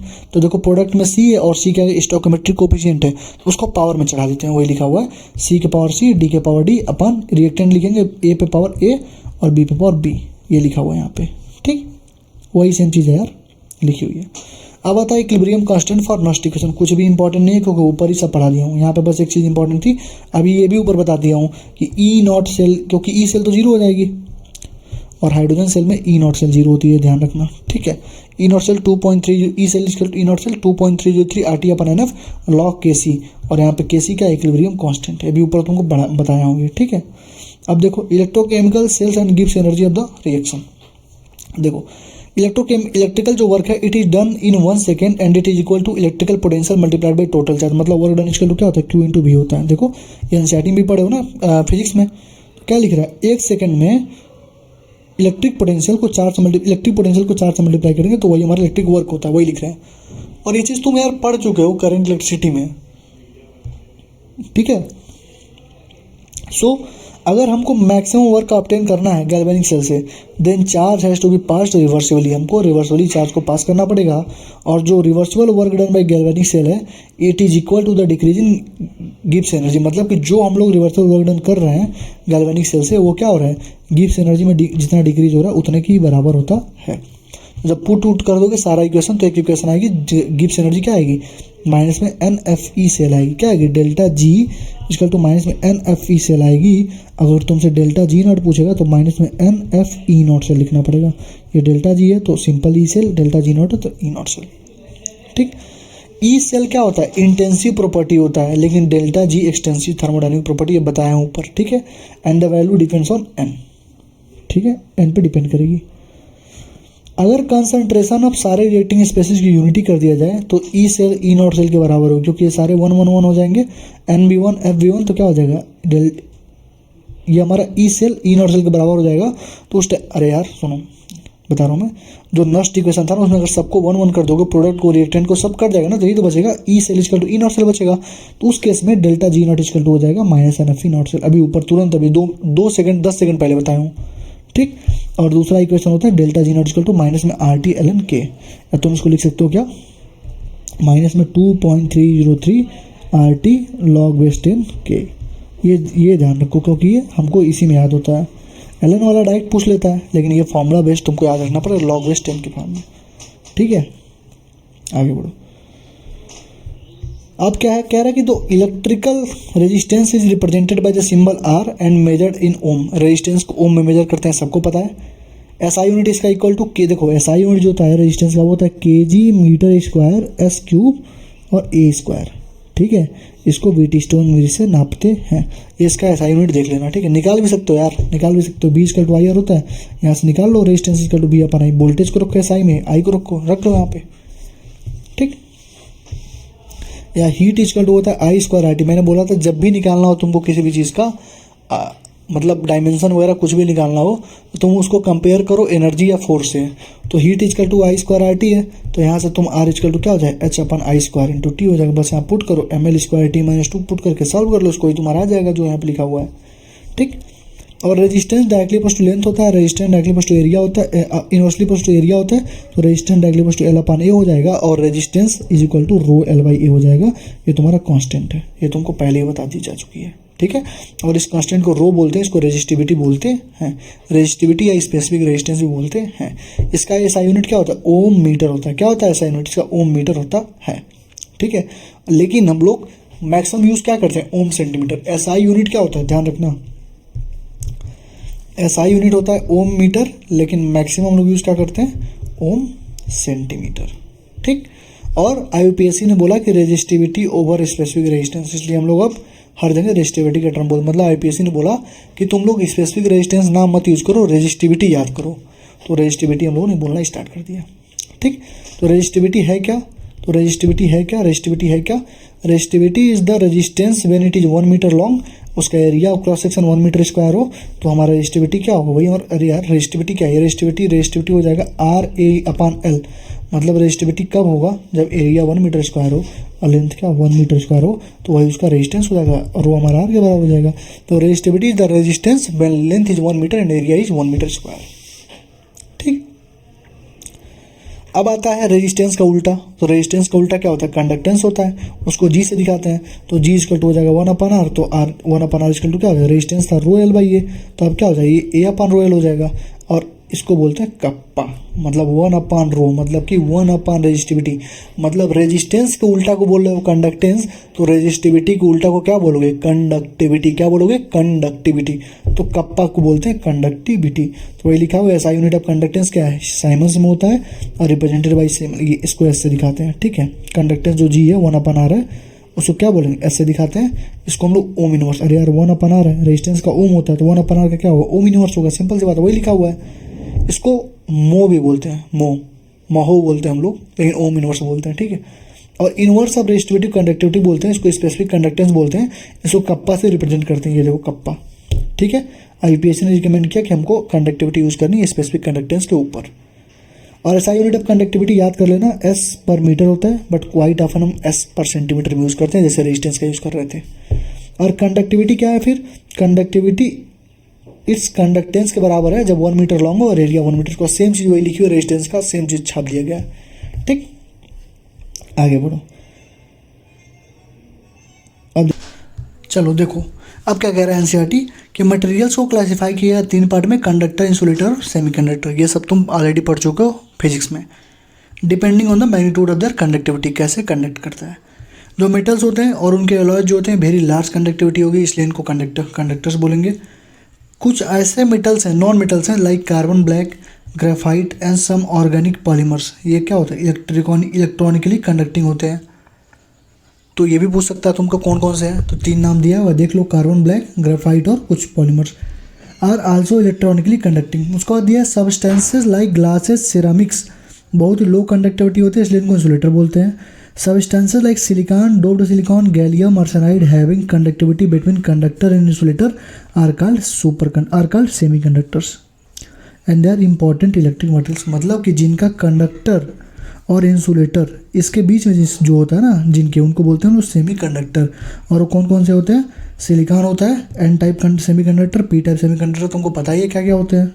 ठीक, और कुछ ऐसे मटेरियल्स हैं जो सुपर कंडक्टर कहलाते हैं। क्यों, क्योंकि उनकी जीरो रेजिस्टिविटी होती है और इनफाइनाइट कंडक्टिविटी होती है।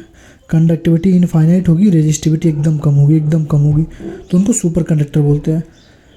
Earlier only metals and their alloys at very low temperature 0 से 15 केल्विन को हम मानते थे कि सुपर कंडक्टर हैं, लेकिन अब जो है नंबर ऑफ सिरेमिक मटेरियल्स और मिक्स ऑक्साइड जो होते हैं they are known as super conductivity at temperature highest 150 kelvin. मतलब पहले के ज़माने में 0 से 15 केल्विन तक के कुछ एलिमेंट को हम लोग मानते थे क्या, सुपर कंडक्टर, लेकिन अभी हम लोग 150 केल्विन तक पहुंच जाते हैं और तब भी हम उसको सुपर कंडक्टर ही बोलते हैं। इलेक्ट्रिकल कंडक्टेंस यानी कि कोई conductance through metals is called metallic, और electronic conductance and it is due to the movement of electrons, ये सबको पता है। और इलेक्ट्रॉनिक कंडक्टेंस कहाँ डिपेंड करता है, जो मेटल्स में फ्लो कर रहा है उसको बोलते हैं इलेक्ट्रॉनिक कंडक्टेंस। और वो डिपेंड किस किस पे कर रहा है, वो डिपेंड कर रहा है नेचर और स्ट्रक्चर ऑफ मेटल पे, number of valence electron per atom पे, टेम्परेचर पे, as it decrease with increase temperature. मतलब कि टेम्परेचर बढ़ाओगे तो कंडक्टेंस घटती है, किसके केस में, मेटल्स के केस में। और ये तुमने पढ़ा हुआ कहाँ पे, क्योंकि अल्फा क्या होता है, पॉजिटिव, तो तुमने पढ़ा हुआ कहाँ पे, करंट इलेक्ट्रिसिटी में भी पढ़ा है और सेमी कंडक्टर में भी पढ़ा है। ठीक, अब वहाँ पे एक स्टार बनाते हैं, यहाँ पे देखो तो स्टार बना हुआ है ऑर्गेनिक पॉलीमर्स पे। तो यहाँ पे लिखा है क्या, इलेक्ट्रॉनिकली कंडक्टिंग पॉलीमर्स जो थे, जैसे पॉलीमराइज करके एसिटाइलिन गैस है, acetylene gas can be polymerise to produce a polymer polyacetylene. जब उसको एक्सपोज करेंगे वेपर्स ऑफ आयोडीन में, it acquires metal lustre and conductivity. मतलब कि जब भी तुम पॉलीस्टाइलिन को वेपर्स ऑफ आयोडीन लगाओगे तो उसके अंदर लस्टर आ जाएगा, मतलब चमक आ जाएगी और कंडक्टिविटी आ जाएगी। And several organic conducting polymers have been made such as polyaniline, polypyrrole and polythiophene. These organic metals being composed wholly of elements like carbon, hydrogen, oxygen, nitrogen, oxygen और sulphur are much lighter than the normal metals। मतलब जो normal metals हैं उनसे बहुत ही हल्के होते हैं। क्यों, क्योंकि इनमें हाइड्रोजन का और कार्बन का यूज़ किया गया होता है, नाइट्रोजन, ऑक्सीजन, सल्फर का भी यूज़ किया जाता है, और ये सारे हल्के ही होते हैं। इनमें फ्लेक्सिबिलिटी भी होती है, और इनका यूज़ हम लोग करते हैं लाइट वेट बैटरीज बनाने के लिए। क्या यूज़ करते हैं, लाइट वेट बैटरीज बनाने के लिए। फ्लेक्सिबल भी होते हैं और इलेक्ट्रॉनिक डिवाइसेस जैसे ट्रांजिस्टर भी बनाने के लिए यूज़ करते हैं। और ये सीट ऑफ प्लास्टिक को जैसे मोड़ सकते हो वैसे ही इनको भी मोड़ सकते हो। ठीक है, और इस चीज़ के डिस्कवरी के लिए इनके मैकडर्मिट, हेगर एंड सिराकावा को अवार्ड किया गया Nobel prize in chemistry for year 2000। ये तो बेसिक चीज़ है, याद करना। अब देखो जैसे ही इलेक्ट्रॉन इंटर करता है एक एंड पे दूसरे एंड से निकलता है, तो composition of metallic conductor remains unchange. मतलब कि एक अगर मेटेलिक कंडक्टर है तो अगर इलेक्ट्रॉन यहाँ से एंड करेगा तो यहाँ से निकल जाएगा, तो इसलिए कंपोजिशन जिसका मास और जो मास मान लो जितना है वो सारा कुछ सेम रहेगा, मास वॉल्यूम सब सेम रहेगा, ठीक है। तो वही लिखा है कंपोजिशन सेम रहती है। उसके बाद देखो क्या लिखा है, जब electrolyte are dissolved in water they furnish their own ions in the solution, hence its conductivity also increase. जब इलेक्ट्रोलाइट को डिजॉल्व करोगे तो कंडक्टिविटी बढ़ेगी। The conductance of electricity by ions present in the solution is called electrolytic और ionic conductance. अभी तुमने जो ऊपर पढ़ा वो क्या था, वो मेटेलिक कंडक्टेंस था। ये क्या था, मेटेलिक कंडक्टेंस था। तो मेटेलिक कंडक्टेंस बस ये 3 चीज़ों पर डिपेंड करती है, लेकिन जो आयनिक कंडक्टेंस होती है वो 5 चीज़ों पर डिपेंड करती है, ठीक है, ध्यान रखना। तो आयनिक वाला क्या होता है, जो इलेक्ट्रिसिटी प्रोड्यूस होती है by ions present in the solution is called the electrolytic और आयनिक कंडक्टेंस। और ये किस पे डिपेंड करती है, देखो नेचर ऑफ इलेक्ट्रोलाइट, कैसा नेचर है, स्ट्रॉन्ग है वीक है, size of ions produce and their solvation, कितना घुल रहा है कितना नहीं घुल रहा है, नेचर ऑफ द सॉल्वेंट, तो उसकी विस्कोसिटी कितनी है, विस्कोसिटी ज़्यादा होगी तो थोड़ा कम मतलब उसमें इलेक्ट्रिसिटी होगी प्रोड्यूस, ज़्यादा विस्कोसिटी मतलब विस्कोसिटी ज़्यादा तो कम इलेक्ट्रिसिटी, विस्कोसिटी कम तो ज़्यादा, क्योंकि मूवमेंट ज़्यादा होगा ना, मूवमेंट ज़्यादा होगा तो इलेक्ट्रिसिटी ज़्यादा होगी। नेचर ऑफ सॉल्वेंट और उसकी विस्कोसिटी, कंसनट्रेशन ऑफ इलेक्ट्रोलाइट कैसा है, टेम्परेचर, क्योंकि it increase with increasing temperature. अब ध्यान दो, जो मेटेलिक कंडक्टेंस था उसको टेम्परेचर बढ़ाने पे वो घट रहा था, लेकिन यहाँ पे टेम्परेचर बढ़ाओगे तो बढ़ेगा नहीं। आयनिक कंडक्टेंस टेम्परेचर के डायरेक्टली प्रोपोर्शनल होती है, ठीक है, यानी ये आयनिक कंडक्टेंस बढ़ाओगे तो टेम्परेचर यहाँ पे बढ़ेगा, ठीक है। इस चीज़ का ध्यान रखना, दोनों में अंतर है। उसका कंडक्टिविटी कैसे नाप सकते हो, तो for measuring the resistance of ionic solution हमको 2 दिक्कत थी। कोई भी अगर जब हम लोग नापना चाहें रेजिस्टेंस आयनिक सोल्यूशन का, हमारे पास 2 दिक्कत थी। पहली दिक्कत थी कि passing direct current DC changes the composition of solution. मतलब हम लोग जब डीसी पास कर रहे थे डायरेक्ट करंट, तो पूरा कंपोजिशन ही बदल जा रहा था। Secondly, a solution can not be connected to the bridge like metallic wire और अदर सॉलिड कंडक्टर। जैसे मान लो एक सोल्यूशन तो दोनों को वायर की तरह तुम जोड़ नहीं सकते हो। तो ये 2 दिक्कत मेन थी जब हम लोग रेजिस्टेंस नापने गए। इनको कैसे टैकल किया गया, तो पहले डिफिकल्टी को रिजॉल्व कर गया एसी से, मतलब डीसी की जगह एसी यूज़ किया गया, तो पहला डिफिकल्टी खत्म।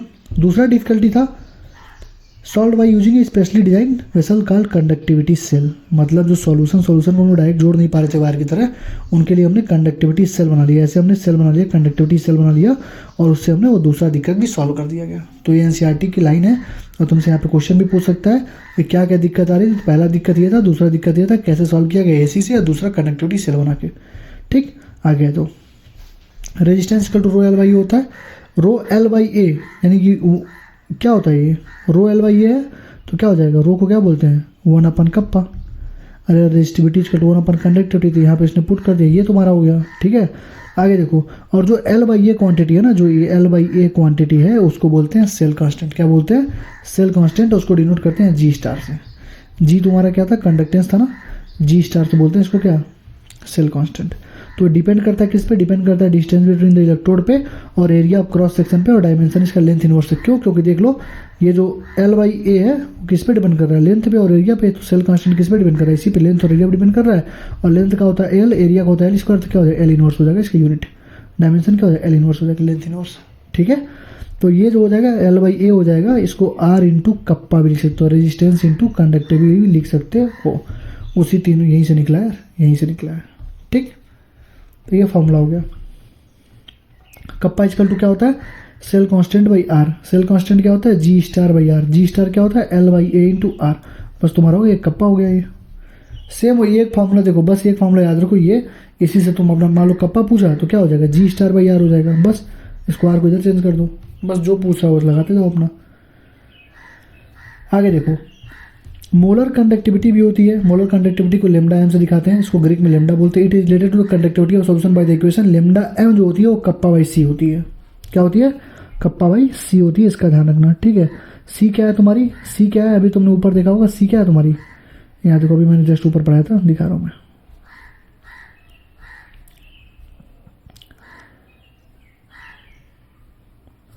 सी यहाँ पे दिया नहीं। कप्पा बाई क्या होता है, सी क्या होता है, कंसंट्रेशन। क्या होता है, कंसंट्रेशन, ठीक है। तो कंसंट्रेशन क्या है, सी है। तो लेमडा मतलब मोलर कंडक्टिविटी। मोलर कंडक्टिविटी क्या होती है, कप्पा बाई सी होती है। कप्पा क्या है, कंडक्टिविटी अपन सी। तो कप्पा को एक्सप्रेस करते हैं एस एम इनवर्स में, और कंसंट्रेशन को मोल पर मीटर क्यूब में, क्योंकि मोल पर लीटर लिख सकते हो लेकिन लीटर में नहीं लिखते हैं हम लोग, सारा मैंने स्टार्टिंग में क्या बताया था, सब कुछ मीटर में लेके चलेंगे। तो क्या हो जाएगा मोल पर मीटर क्यूब में। तो इसको जब सॉल्व करोगे तो लेमडा एम की जो यूनिट आएगी क्या आएगी, एस मीटर स्क्वायर पर मोल। इसका ध्यान रखना, लेमडा एम की यूनिट कई बार पूछा जा चुका है। तो क्या होगा, एस पर मीटर स्क्वायर साइमन पर मीटर स्क्वायर पर मोल। ठीक है, और जब इसको सॉल्व करोगे तो देखो, जब इसको सॉल्व करोगे तो हो जाएगा कप्पा, और इस सेंटीमीटर में तुमको लिखा, देखो यहाँ पे मीटर में रखा गया ना। देखो मैंने क्या बोला था कि जो कप्पा होता है सबको मीटर में होता है, ठीक है, लेकिन हम लोग सेंटीमीटर में यूज़ करते हैं, ऊपर बताया था ना मैंने। तो वही सेम चीज़ यहाँ पे भी लिखा है, कप्पा पर सेंटीमीटर साइमन पर सेंटीमीटर अपान 1000 लीटर पर मीटर क्यूब मोलैरिटी। तो इसको जब सॉल्व कर लोगे, सारा कुछ सब कुछ सॉल्व कर लोगे, तो तुमको बस ये चीज़ याद रखनी है तुमको। ठीक, याद रखोगे कि लेमडा एम जो होता है उसका जो डायमेंशन होता है, यूनिट जो होती है साइमन सेंटीमीटर स्क्वायर पर मोल होती है, इक्वल टू कप्पा चाहिए एस पर सेंटीमीटर में, और 1000 सेंटीमीटर क्यूब पर लीटर अपर मोलैरिटी मोल पर लीटर। अगर तुमसे इसमें पूछेगा तो ये लिख देना, अगर लीटर पर मीटर में क्यूब में पूछेगा तो ये फॉर्मूला लगा देना, दोनों में से कोई एक लगा देना। ठीक है, लेकिन अभी तक जितना तुम नीट का पेपर देखोगे, नीट का क्वेश्चन देखोगे, अभी तक इन सब की जरूरत ही नहीं पड़ी, बस तुमको सिंपल सा फॉर्मूला याद रखना, वहीं से सारा हो जाएगा। ठीक है, अवतार सीरीज में जाओगे तो वहाँ पे मैंने बता रखा है कैसे इस क्वेश्चन को सॉल्व करते हैं। ठीक, तो बस एनसीईआरटी में दी हुई तो याद कर लेना। और 1 एस मीटर स्क्वायर पर मोल को तुम 10⁴ एस सेंटीमीटर स्क्वायर लिख सकते हो, और 1 एस सेंटीमीटर को 10⁻⁻4 लिख सकते हो। इसको इधर चेंज कर दो, इसको इधर कर दो, 10⁻⁻4 बेसिक मैथमेटिक्स सही है। ठीक है, आगे बढ़ो।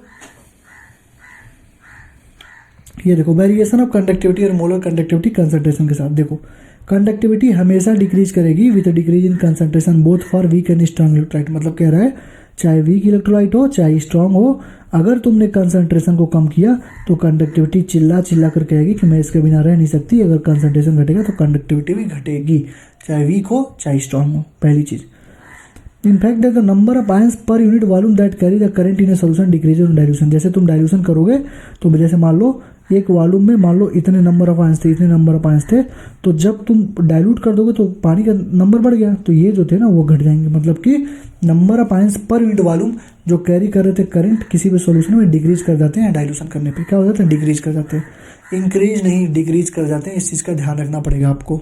ठीक है, आगे बढ़िए।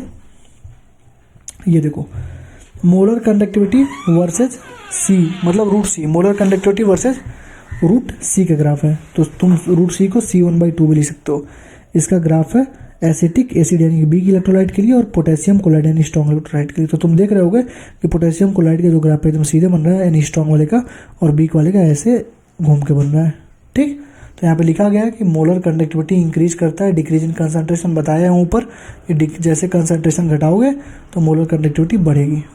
ठीक है, this is because the total volume be the solution containing 1 mole of electrolyte also increases. Total volume जिसमें 1 मोल था वो भी बढ़ गया, इसकी वजह से क्या होता है, इंक्रीज करता है विद डिक्रीज इन कंसंट्रेशन। आगे, it has been found that decrease in kappa on dilution of a solution is more than compensated by increase in its volume. मतलब कि ये हमको दिखता है कि जो कंडक्टिविटी में मतलब कंडक्टिविटी जो घट रही है डाइल्यूशन करने पे वो ज़्यादा है जितना कि वो इंक्रीज इन वॉल्यूम है। मतलब कि देखो दो चीज़ें हो रही हैं। अगर तुम किसी भी चीज़ को कर रहे हो तो दो चीज़ें हो रही हैं। यहाँ पे देखो पहला हो रहा है क्या कि डाइल्यूशन कर रहे हो, मतलब कि डिक्रीज हो रही है कंडक्टिविटी, डिक्रीज हो रही है कप्पा, लेकिन ये जो डिक्रीज हो रही है वो ज़्यादा है कंपनसेटेड बाई इंक्रीज वॉल्यूम। जो वॉल्यूम बढ़ रही है उससे ज़्यादा है। मतलब दो फैक्टर पे डिपेंड करती है, एक तो वॉल्यूम बढ़ता है, एक कंडक्टिविटी घटती है। लेकिन कंडक्टिविटी ज़्यादा घट जाती है एज कम्पेयर टू वॉल्यूम के बढ़ाने से, तो हमारा जो बेसिक रिजल्ट आता है वो कंडक्टिविटी के फेवर में आता है। ठीक है, तो वही लिखा गया कि कंडक्टिविटी इंक्रीज करती है बाई डिक्रीज इन कंसंट्रेशन, वही यहाँ पे लाइन लिखी हुई है। ठीक है, और ये लाइन इंपॉर्टेंट है, तुमको एजर्सन रीजन बना के भी पूछ सकता है ये। ठीक है, आगे बढ़ो।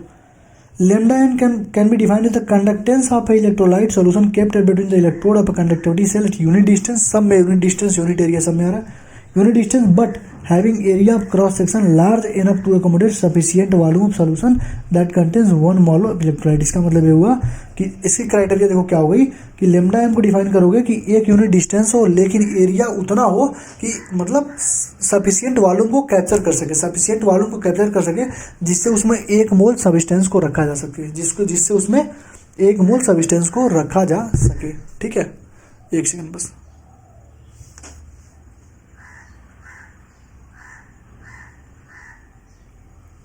ठीक है, तो ये हो गया। व्हेन कंसंट्रेशन अप्रोचेज जीरो, जब कंसंट्रेशन जीरो जाती है तो molar conductivity is known as limiting molar conductivity, इसको ई नॉट एम से दिखाते हैं या लेमडा एम नॉट से दिखाते हैं। ठीक है, समझ गया ना। जब यार कंसंट्रेशन को जीरो कर दोगे तो लिमिटिंग मोलर हो जाएगी कंडक्टिविटी, इसको ई नॉट एम से बोलो या लेमडा एम नॉट से बोलो, उससे दिखा देते हैं। स्ट्रॉन्ग इलेक्ट्रोलाइट के लिए लेमडा एम इंक्रीज करता है slowly with dilution and can be represented, मतलब स्ट्रॉन्ग इलेक्ट्रोलाइट रहेगा तो जो मोलर कंडक्टिविटी है डाइल्यूशन करने पर धीरे धीरे बढ़ेगी। उसका इक्वेशन होता है lambda M is equal to lambda M not minus A root C, A root C, ये उसका इक्वेशन होता है। वही ग्राफ यहाँ पे बना हुआ था। और एक केवल ओनली फॉर स्ट्रॉन्ग जो डिवाई, ये देखो ये जो रूल है ना, ये देखो ये कह रहा है कि ई नॉट एम को, मतलब वही लेमडा एम नॉट को अगर हम लोगों ने स्ट्रेट लाइन इंटरसेप्ट कर दिया तो equal to E naught M होगा और slope equal to minus A होगा। देखो यहाँ पे, अरे यार लेमडा एम इजकल टू, देखो यहाँ पे लिख रहा हूँ lambda M is equal to lambda M not minus A root C है, तो वाई इजकल टू क्या हो गया, सी माइनस एम एक्स हो गया। माइनस एम एक्स मतलब क्या, स्लोप ऐसे हो गया ना, स्लोप क्या हो गया, स्लोप हो गया माइनस ए, स्लोप हो गया क्या माइनस ए, और इंटरसेप्ट क्या होगा, इंटरसेप्ट क्या हो गया लेमडा एम नॉट, तो यहाँ पे देखो लिखा भी हुआ है। तो इंटरसेप्ट क्या हो गया, लेमडा एम नॉट हो गया, और स्लोप क्या हो गया माइनस ए हो गया। ये तो मैथ है यार। और constant A for a given solvent and temperature depends on the type of electrolyte, मतलब ये जो कांस्टेंट है उसकी वैल्यू टेम्परेचर डिपेंड करती है टाइप ऑफ इलेक्ट्रोलाइट पे। और the charges of the cation anion produce with the dissociation of the electrolyte, मतलब कितना चार्ज है उस पर डिपेंड करती है। जैसे MgSO4 है तो इसमें Mg पे +2 चार्ज है, उस पर -2 चार्ज होगा। NaCl है तो Na+1 Cl चार्ज, तो इस पर डिपेंड करती है। ठीक है, और सारे electrolyte of a particular type have a same value for a, अगर किसी पर्टिकुलर टाइप का है तो उन सबका वैल्यू ए होगा। ठीक है, और ये जो लेमडा ए है यहाँ पे देखो आगे लिखा, आगे नहीं दिखाता हूँ मैं, चलो आगे नहीं लिखा, देखो ये जो ग्राफ भैया सब बनाए इसको बोलते हैं डिबाई हकेल ओमसागर इक्वेशन। क्या बोलते हैं इसको, lambda M is equal to lambda M not minus A root C जो है, इस इक्वेशन को बोलते हैं डिबाई हकेल ओमसागर इक्वेशन। और ये केवल स्ट्रॉन्ग इलेक्ट्रोलाइट के लिए होती है। जो इंटरसेप्ट होता है वो क्या होता है, इंटरसेप्ट जो होता है वो होता है लेमडा, ये होता है इंटरसेप्ट, ये होता है लेमडा एम नॉट, और जो स्लोप होती है माइनस ऑफ ए होती है। इस चीज़ का ध्यान रखना, ठीक है ना। और जैसे लेमडा एम है तो लेमडा एम नॉट मैं बी रूट सी बोल दो, ए रूट सी बोल दो। ठीक है, तो ये जो इनफाइनाइट लिखा हूँ वो होता है इनफाइनाइट पे, और ये किसी कंसंट्रेशन सी पे होता है। ठीक है, एक चीज़ ध्यान रखना, केवल अप्लीकेबल है स्ट्रॉन्ग इलेक्ट्रोलाइट के लिए। ठीक है, आगे बढ़ो। On the basis of above observation Kohlrausch law of independent migration of ions है। इन्होंने क्या बोला, this law state that limiting molar conductivity, limiting molar conductivity मतलब देखो स्ट्रॉन्ग इलेक्ट्रोलाइट वाले में क्या था, वो था lambda M is equal to lambda M not minus A root C. लेकिन ये भाई साहब थे, इन्होंने बस लिमिटिंग की कंडीशन की बात करी कि जो लिमिट हो जाए, मतलब कंसंट्रेशन जीरो हो जाए। तो इन्होंने बोला कि law state the limiting molar conductivity of an electrolyte can be represented as the sum of individual contribution of anion and cation of the electrolyte. जैसे मान लो NaCl है तो इसका क्या होगा, इसका सम क्या होगा, Na प्लस का सम और NaCl को दोनों को जोड़ देंगे तो हमारा ई नॉट लेमडा एम नॉट आ जाएगा। ठीक है, तो अगर मान लो NaCl है तो lambda M naught equal to lambda Na plus lambda Cl हो जाएगा, तो तुम्हारा 5 नंबर कट जाएगा। ये इनफाइनाइट डाइल्यूशन पे बात करता है, तो लेमडा एम नॉट भी equal to lambda A infinite plus lambda Cl infinite, ये होना चाहिए। इस चीज़ का हमेशा ध्यान रखना। ठीक है, देखो यहाँ पे लिखा भी है, देखो बनाया है ना गोली ऊपर ऊपर, उसका मतलब वही होता है। ठीक, आगे बढ़ो। वीक इलेक्ट्रोलाइट के केस में क्या होता है, weak electrolyte like acetic acid lower degree of dissociation होगा, सही बात है। हायर कंसंट्रेशन पे लोअर डिग्री ऑफ डिसोसिएशन होगा। Hence for such electrolyte the change in delta M and change in molar conductivity with dilution is due to the increase in degree of dissociation and consequently the number of ions in total volume of solution that contains 1 mole of it। इसको ध्यान रखना, तुमसे पूछेगा कि जो डेलम में यानी change in conductivity जो हो रही है डाइल्यूशन में, किसके वजह से हो रही है, वो हो रही है due to the increase in degree of dissociation, due to the increase in degree of dissociation and consequently the number of ions in the total volume of solution that contains 1 mole of electrolyte। ठीक, अब देखो del M not for weak electrolyte is obtained by using Kohlrausch law of independent migration of ions. मतलब जो डेलम था weak electrolyte के लिए वो तुम निकाल सकते हो कोलरास लॉ से, और जो डेलम तो स्ट्रॉन्ग इलेक्ट्रोलाइट के लिए तुमने ऊपर देखा था वो क्या था, डिबाई ओमसागर हकेल इक्वेशन से लगा सकते हो। ठीक, ये लिखा हुआ है। Alpha is the degree of dissociation होता है, तो कहीं पर भी अल्फा तुमको निकालना है तो lambda M upon lambda M naught कर दो, कि मतलब किसी भी कंसंट्रेशन सी पे, किसी भी कंसंट्रेशन सी पे, और ये एट इनफाइनाइट डाइल्यूशन बोलो या कंसंट्रेशन जीरो बोलो, तो अल्फा इजकल टू हो जाएगा lambda M upon lambda M naught. ठीक है, और हमको मालूम है कि जो के होता है हमारा वो क्या होता है सी अल्फा स्क्वायर अपन क्या होता है 1 - अल्फा होता है। और हमको ये भी मालूम है कि अगर alpha is less than equal to 5% होगा तो हम लोग K equal to C alpha square से ये हटा देते हैं, ख़त्म कर देते हैं। ठीक है, ये चीज़ तुमको कई जगह पूछी गई है। तो क्या हो जाएगा kappa equal to C alpha square हो जाएगा अगर less than 5% degree of dissociation हुआ तो, क्योंकि अल्फा क्या है डिग्री ऑफ डिसोसिएशन है। अल्फा यहाँ से निकाल के यहाँ पुट कर दोगे तुम्हारा के निकल जाएगा। ठीक है, इसी को यहाँ पुट करके सॉल्व किया गया तो C del M square upon del M not minus del M आया है। ठीक, आगे बढ़ो। ये देखो लेमडा एम अगर सैचुरेटेड में पूछेगा कि लेमडा एम सैचुरेटेड की वैल्यू क्या होती है तो लेमडा एम सैचुरेटेड को हम लोग लेमडा एम नॉट ही बोलते हैं। और जहाँ सैचुरेशन की बात आएगी वहाँ फार्मूले में सॉल्युबिलिटी भी आएगी तो कप्पा इंटू 1000 अपन सॉल्युबिलिटी कर देना। ठीक है, अभी तक क्या कर रहे थे कप्पा इंटू 1000 अपन कंसंट्रेशन वगैरह कर रहे थे, तो अब क्या करोगे कप्पा इंटू 1000 अपन सॉल्युबिलिटी कर देना, सॉल्युबिलिटी कर देना जब तुमसे लेमडा सैचुरेटेड पूछे तो। ठीक, आगे बढ़ो। अब आता है electrolysis, electrolytic cell and electrolysis. देखो इलेक्ट्रोलिटिक सेल है, इलेक्ट्रोलिसिस हो रही है मतलब कि हमने डीसी सोर्स का यूज़ किया है और जो इफिशियंसी होती है वो होती है डेल्टा जी अपन डेल्टा एच। क्या इफिशियंसी क्या है इफिशियंसी मतलब कि डेल्टा जी अपन डेल्टा एच मतलब माइनस NF अपन डेल्टा एच होती है। ठीक है, आगे देखो सोडियम और मैग्नीशियम के जो मेटल्स हैं they are produce by the electrolysis of their fuse chloride and ammonium in produce. देखो यार electrolysis of ammonium oxide in the presence of cryolite. ये देखो अभी तुम्हारा जब कोऑर्डिनेशन कंपाउंड का पार्ट 3 का क्वेश्चन मैंने प्रैक्टिस कराया था तो वहाँ पे मैंने हाल हरल्ट प्रोसेस बताया था, मेटलर्जी का टॉपिक था। देखो यहाँ पर भी दिया हुआ है वो सेम चीज़ कि सोडियम और मैग्नीशियम मेटल्स प्रोड्यूस होते हैं इलेक्ट्रोलिसिस ऑफ फ्यूज क्लोराइड से और जो अमोनियम प्रोड्यूस होता है वो होता है electrolysis of ammonium oxide in the presence of cryolite से। इसको बोलते हैं हाल हरल्ट प्रोसेस। ठीक, अब देखो माइकल फराडे, जो फराडे साहब थे उन्होंने बोला, वो पहले साइंटिस्ट थे जिन्होंने डिस्क्राइब किया क्वांटिटेटिव एस्पेक्ट ऑफ इलेक्ट्रोलिसिस, मतलब उन्होंने गिनती की शुरुआत की कि कितना चार्ज होगा कितना ट्रांसफर होगा। ठीक है, तो फराडे के लाभ इलेक्ट्रोलिसिस दो रहा था, पहला और दूसरा। पहला नियम बोलता है कि जो भी तुम amount of chemical reaction which occurs at any electrode during electrolysis is by a current is proportional to the quantity of electricity pass through the electrolyte. मतलब सिंपल सा पढ़ना था।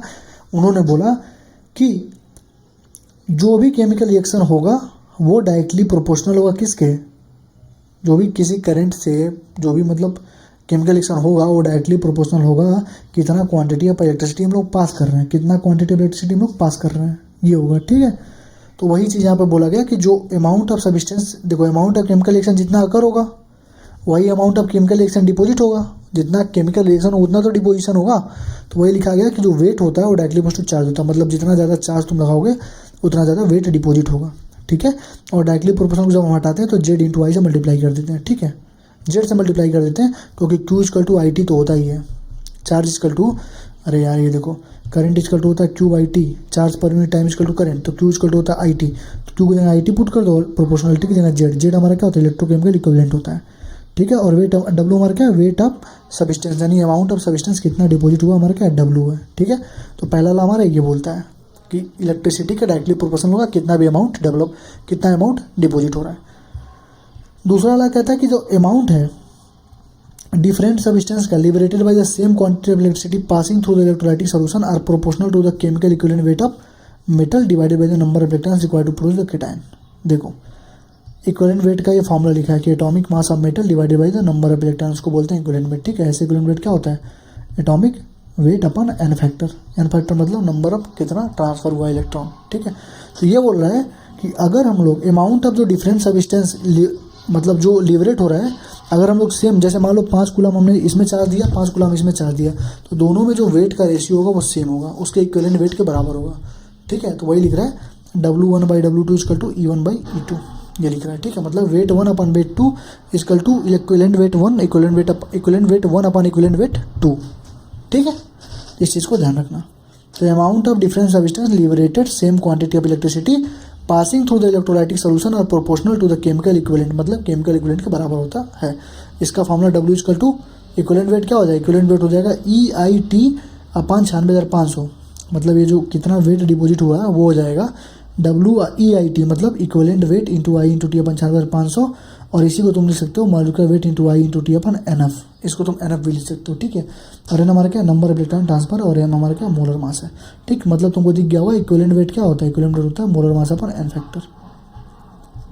ठीक है, वही यहाँ पे लिखा हुआ है एटॉमिक मास आप metal upon number of electron, वही लिखा हुआ मोलर मास अपन एन फैक्टर। आगे लिखा हुआ, नहीं दिखा देता हूँ। देखो एन फैक्टर निकालने के लिए जैसे मान लो Fe+2 से चला गया Fe+3 में, एक का ट्रांसफर हुआ ना, तो एक चार्ज हुआ, मतलब एक मोल का ट्रांसफर हुआ, मतलब 1 फराडे का ट्रांसफर हुआ, ऐसे निकालते हैं। ठीक है, तो एन फैक्टर होता है weight upon equivalent weight equal to होता है Q upon F equal to Q equal to Ne upon F equal to IT upon F equal to volume of gas at STP और NTP at volume at equilibrium. ये फॉर्मूले याद कर लो, बहुत ज़्यादा तुम्हारे काम देंगे। अवतार सीरीज में बहुत डिटेल से कराया हूँ। ठीक है, तो 40 मिनट 30 मिनट वाली जो अवतार सीरीज की वीडियोज है वो जरूर देख लेना। Q इक्वल टू IT होता है, बता ही दिया। कूलाम का वैल्यू होता है 96,487 कूलाम पर मोल, लेकिन हम लोग इस अपने सुविधा के लिए 96,500 मान के सॉल्व करते हैं। इसको बोलते हैं क्या, Faraday, and is represented by the symbol F। देखो 1 फराडे इक्वल टू 96,500 कूलाम पर मोल मान के चलते हैं। अब देखो प्रोडक्ट ऑफ इलेक्ट्रोलिसिस है। अब इसमें बहुत घोच पोच है, एनसीईआरटी में बहुत घोच पोच दिया है, कैसे करना है, कैसे नहीं करना है, कैसे नहीं, कैसे ये, कैसे वो करना है। ठीक है, देखो प्रोडक्ट, देखो जो प्रोडक्ट होती है इलेक्ट्रोलिसिस की, ठीक है, देखो जो प्रोडक्ट होती है हमारी इलेक्ट्रोलिसिस की, वो डिपेंड करती है नेचर ऑफ मटेरियल पे, being electrolysed and the type of electrode being use. मतलब कि जो भी प्रोडक्ट बनेगा इलेक्ट्रोलिसिस से वो डिपेंड करेगा नेचर ऑफ मटेरियल पे, और इलेक्ट्रोलाइज हो जाएगा and the type of electrode, किस तरह का इलेक्ट्रोड हम लोग यूज कर रहे हैं। ठीक है, आगे देखो, if the electrode is inert, अगर इलेक्ट्रोड इनर्ट है, जैसे प्लेटिनम है या गोल्ड है, तो वो पार्टिसिपेट ही नहीं करेगा केमिकल रिएक्शन में, और ये एक्ट करेगा ओनली बाई सोर्स और सिंक फॉर इलेक्ट्रॉन। केवल वो सोर्स की तरह काम करेगा या सिंक की तरह काम करेगा, कि मतलब हम मतलब ये है कि हम खड़े हैं लेकिन कुछ करेंगे नहीं, हमसे जो लेना है ले लो, जो देना है दे दो, लेकिन हम खड़े हैं, रिएक्शन में पार्टिसिपेट नहीं करेंगे। ठीक है, तो प्लेटिनम और गोल्ड इनर्ट इलेक्ट्रोड होते हैं, ध्यान रखना। On the other hand if the electrode is reactive, अगर रिएक्टिव है तो पार्टिसिपेट करता है, और जो प्रोडक्ट ऑफ इलेक्ट्रोलिसिस डिफरेंट हो जाता है रिएक्टिव के लिए और इनर्ट के। इनर्ट है तो कुछ फर्क ही नहीं पड़ेगा, रिएक्टिव है तो अपना चेंज कर देगा।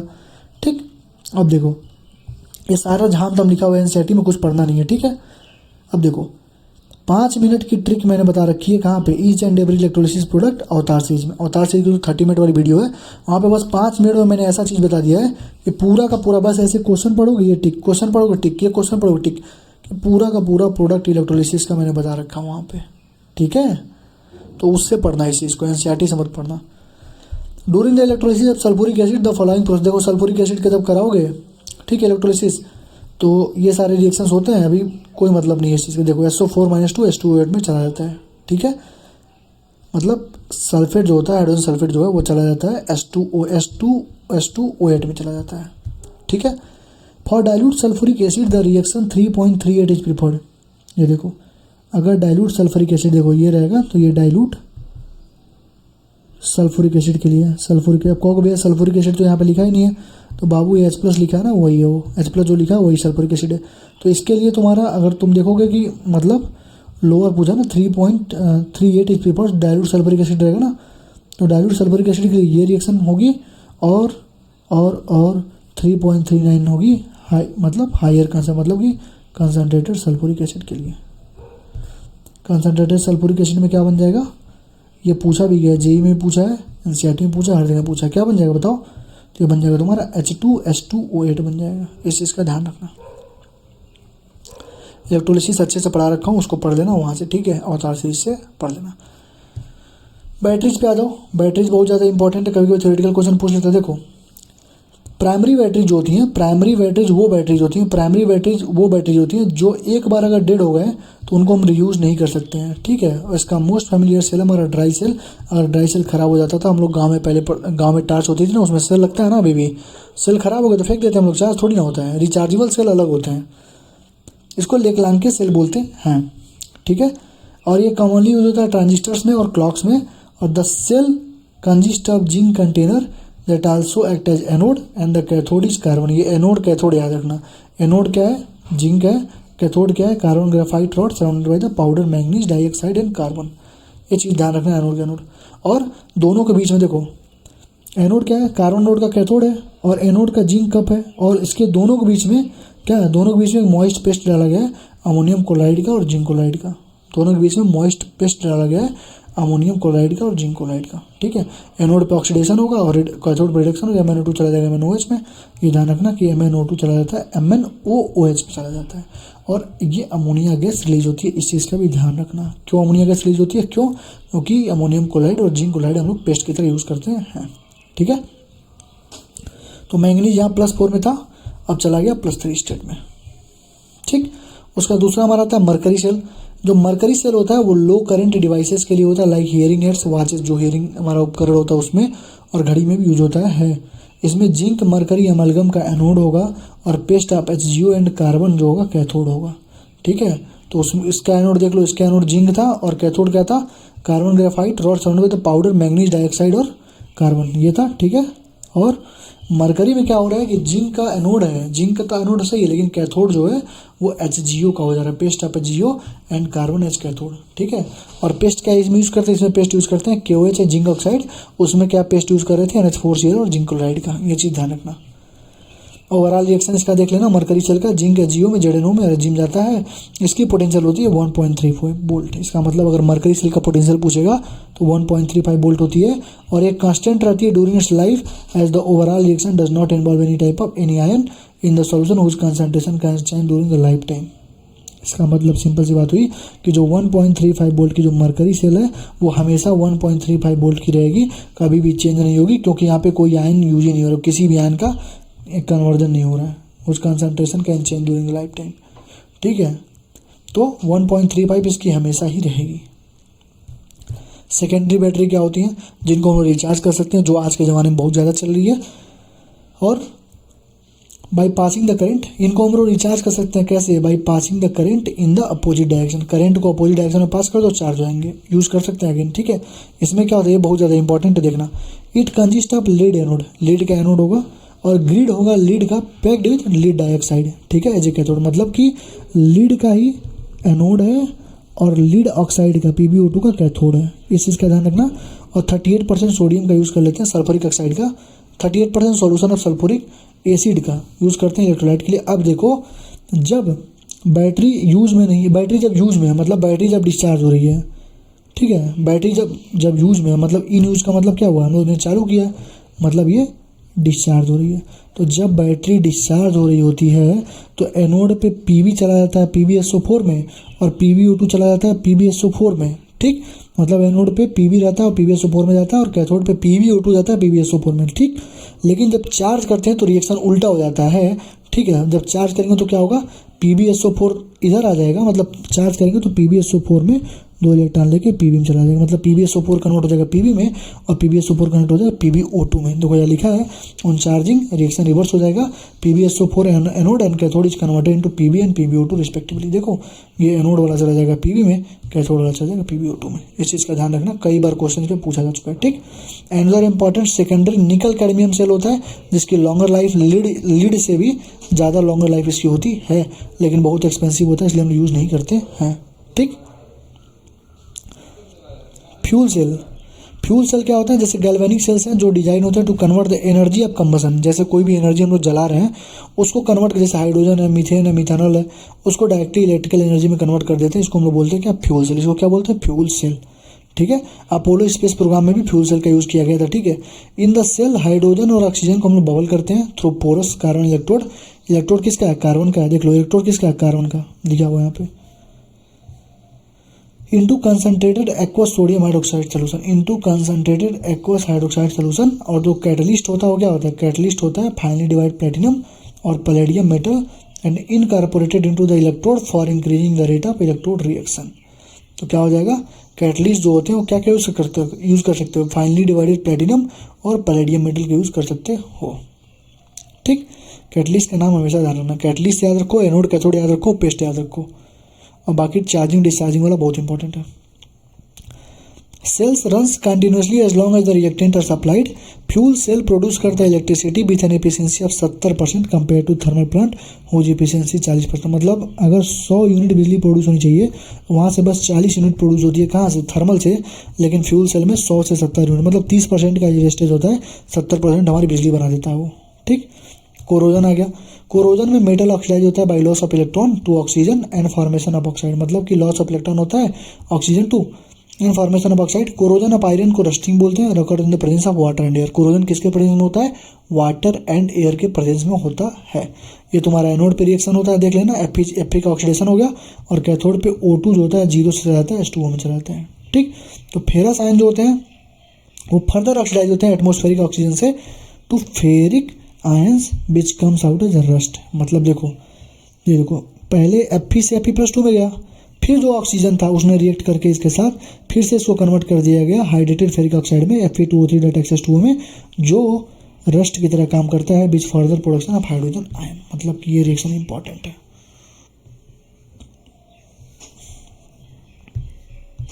ठीक है ना।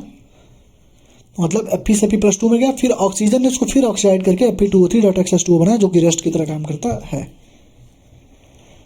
प्रिवेंट करते हैं surface of metallic object to come in contact with the atmosphere. अगर रस्ट से बचाना है हमको तो मेटेलिक सरफेस को एटमॉस्फेयर के मॉइस्चर में आने ही मत दो, वही लिखा है।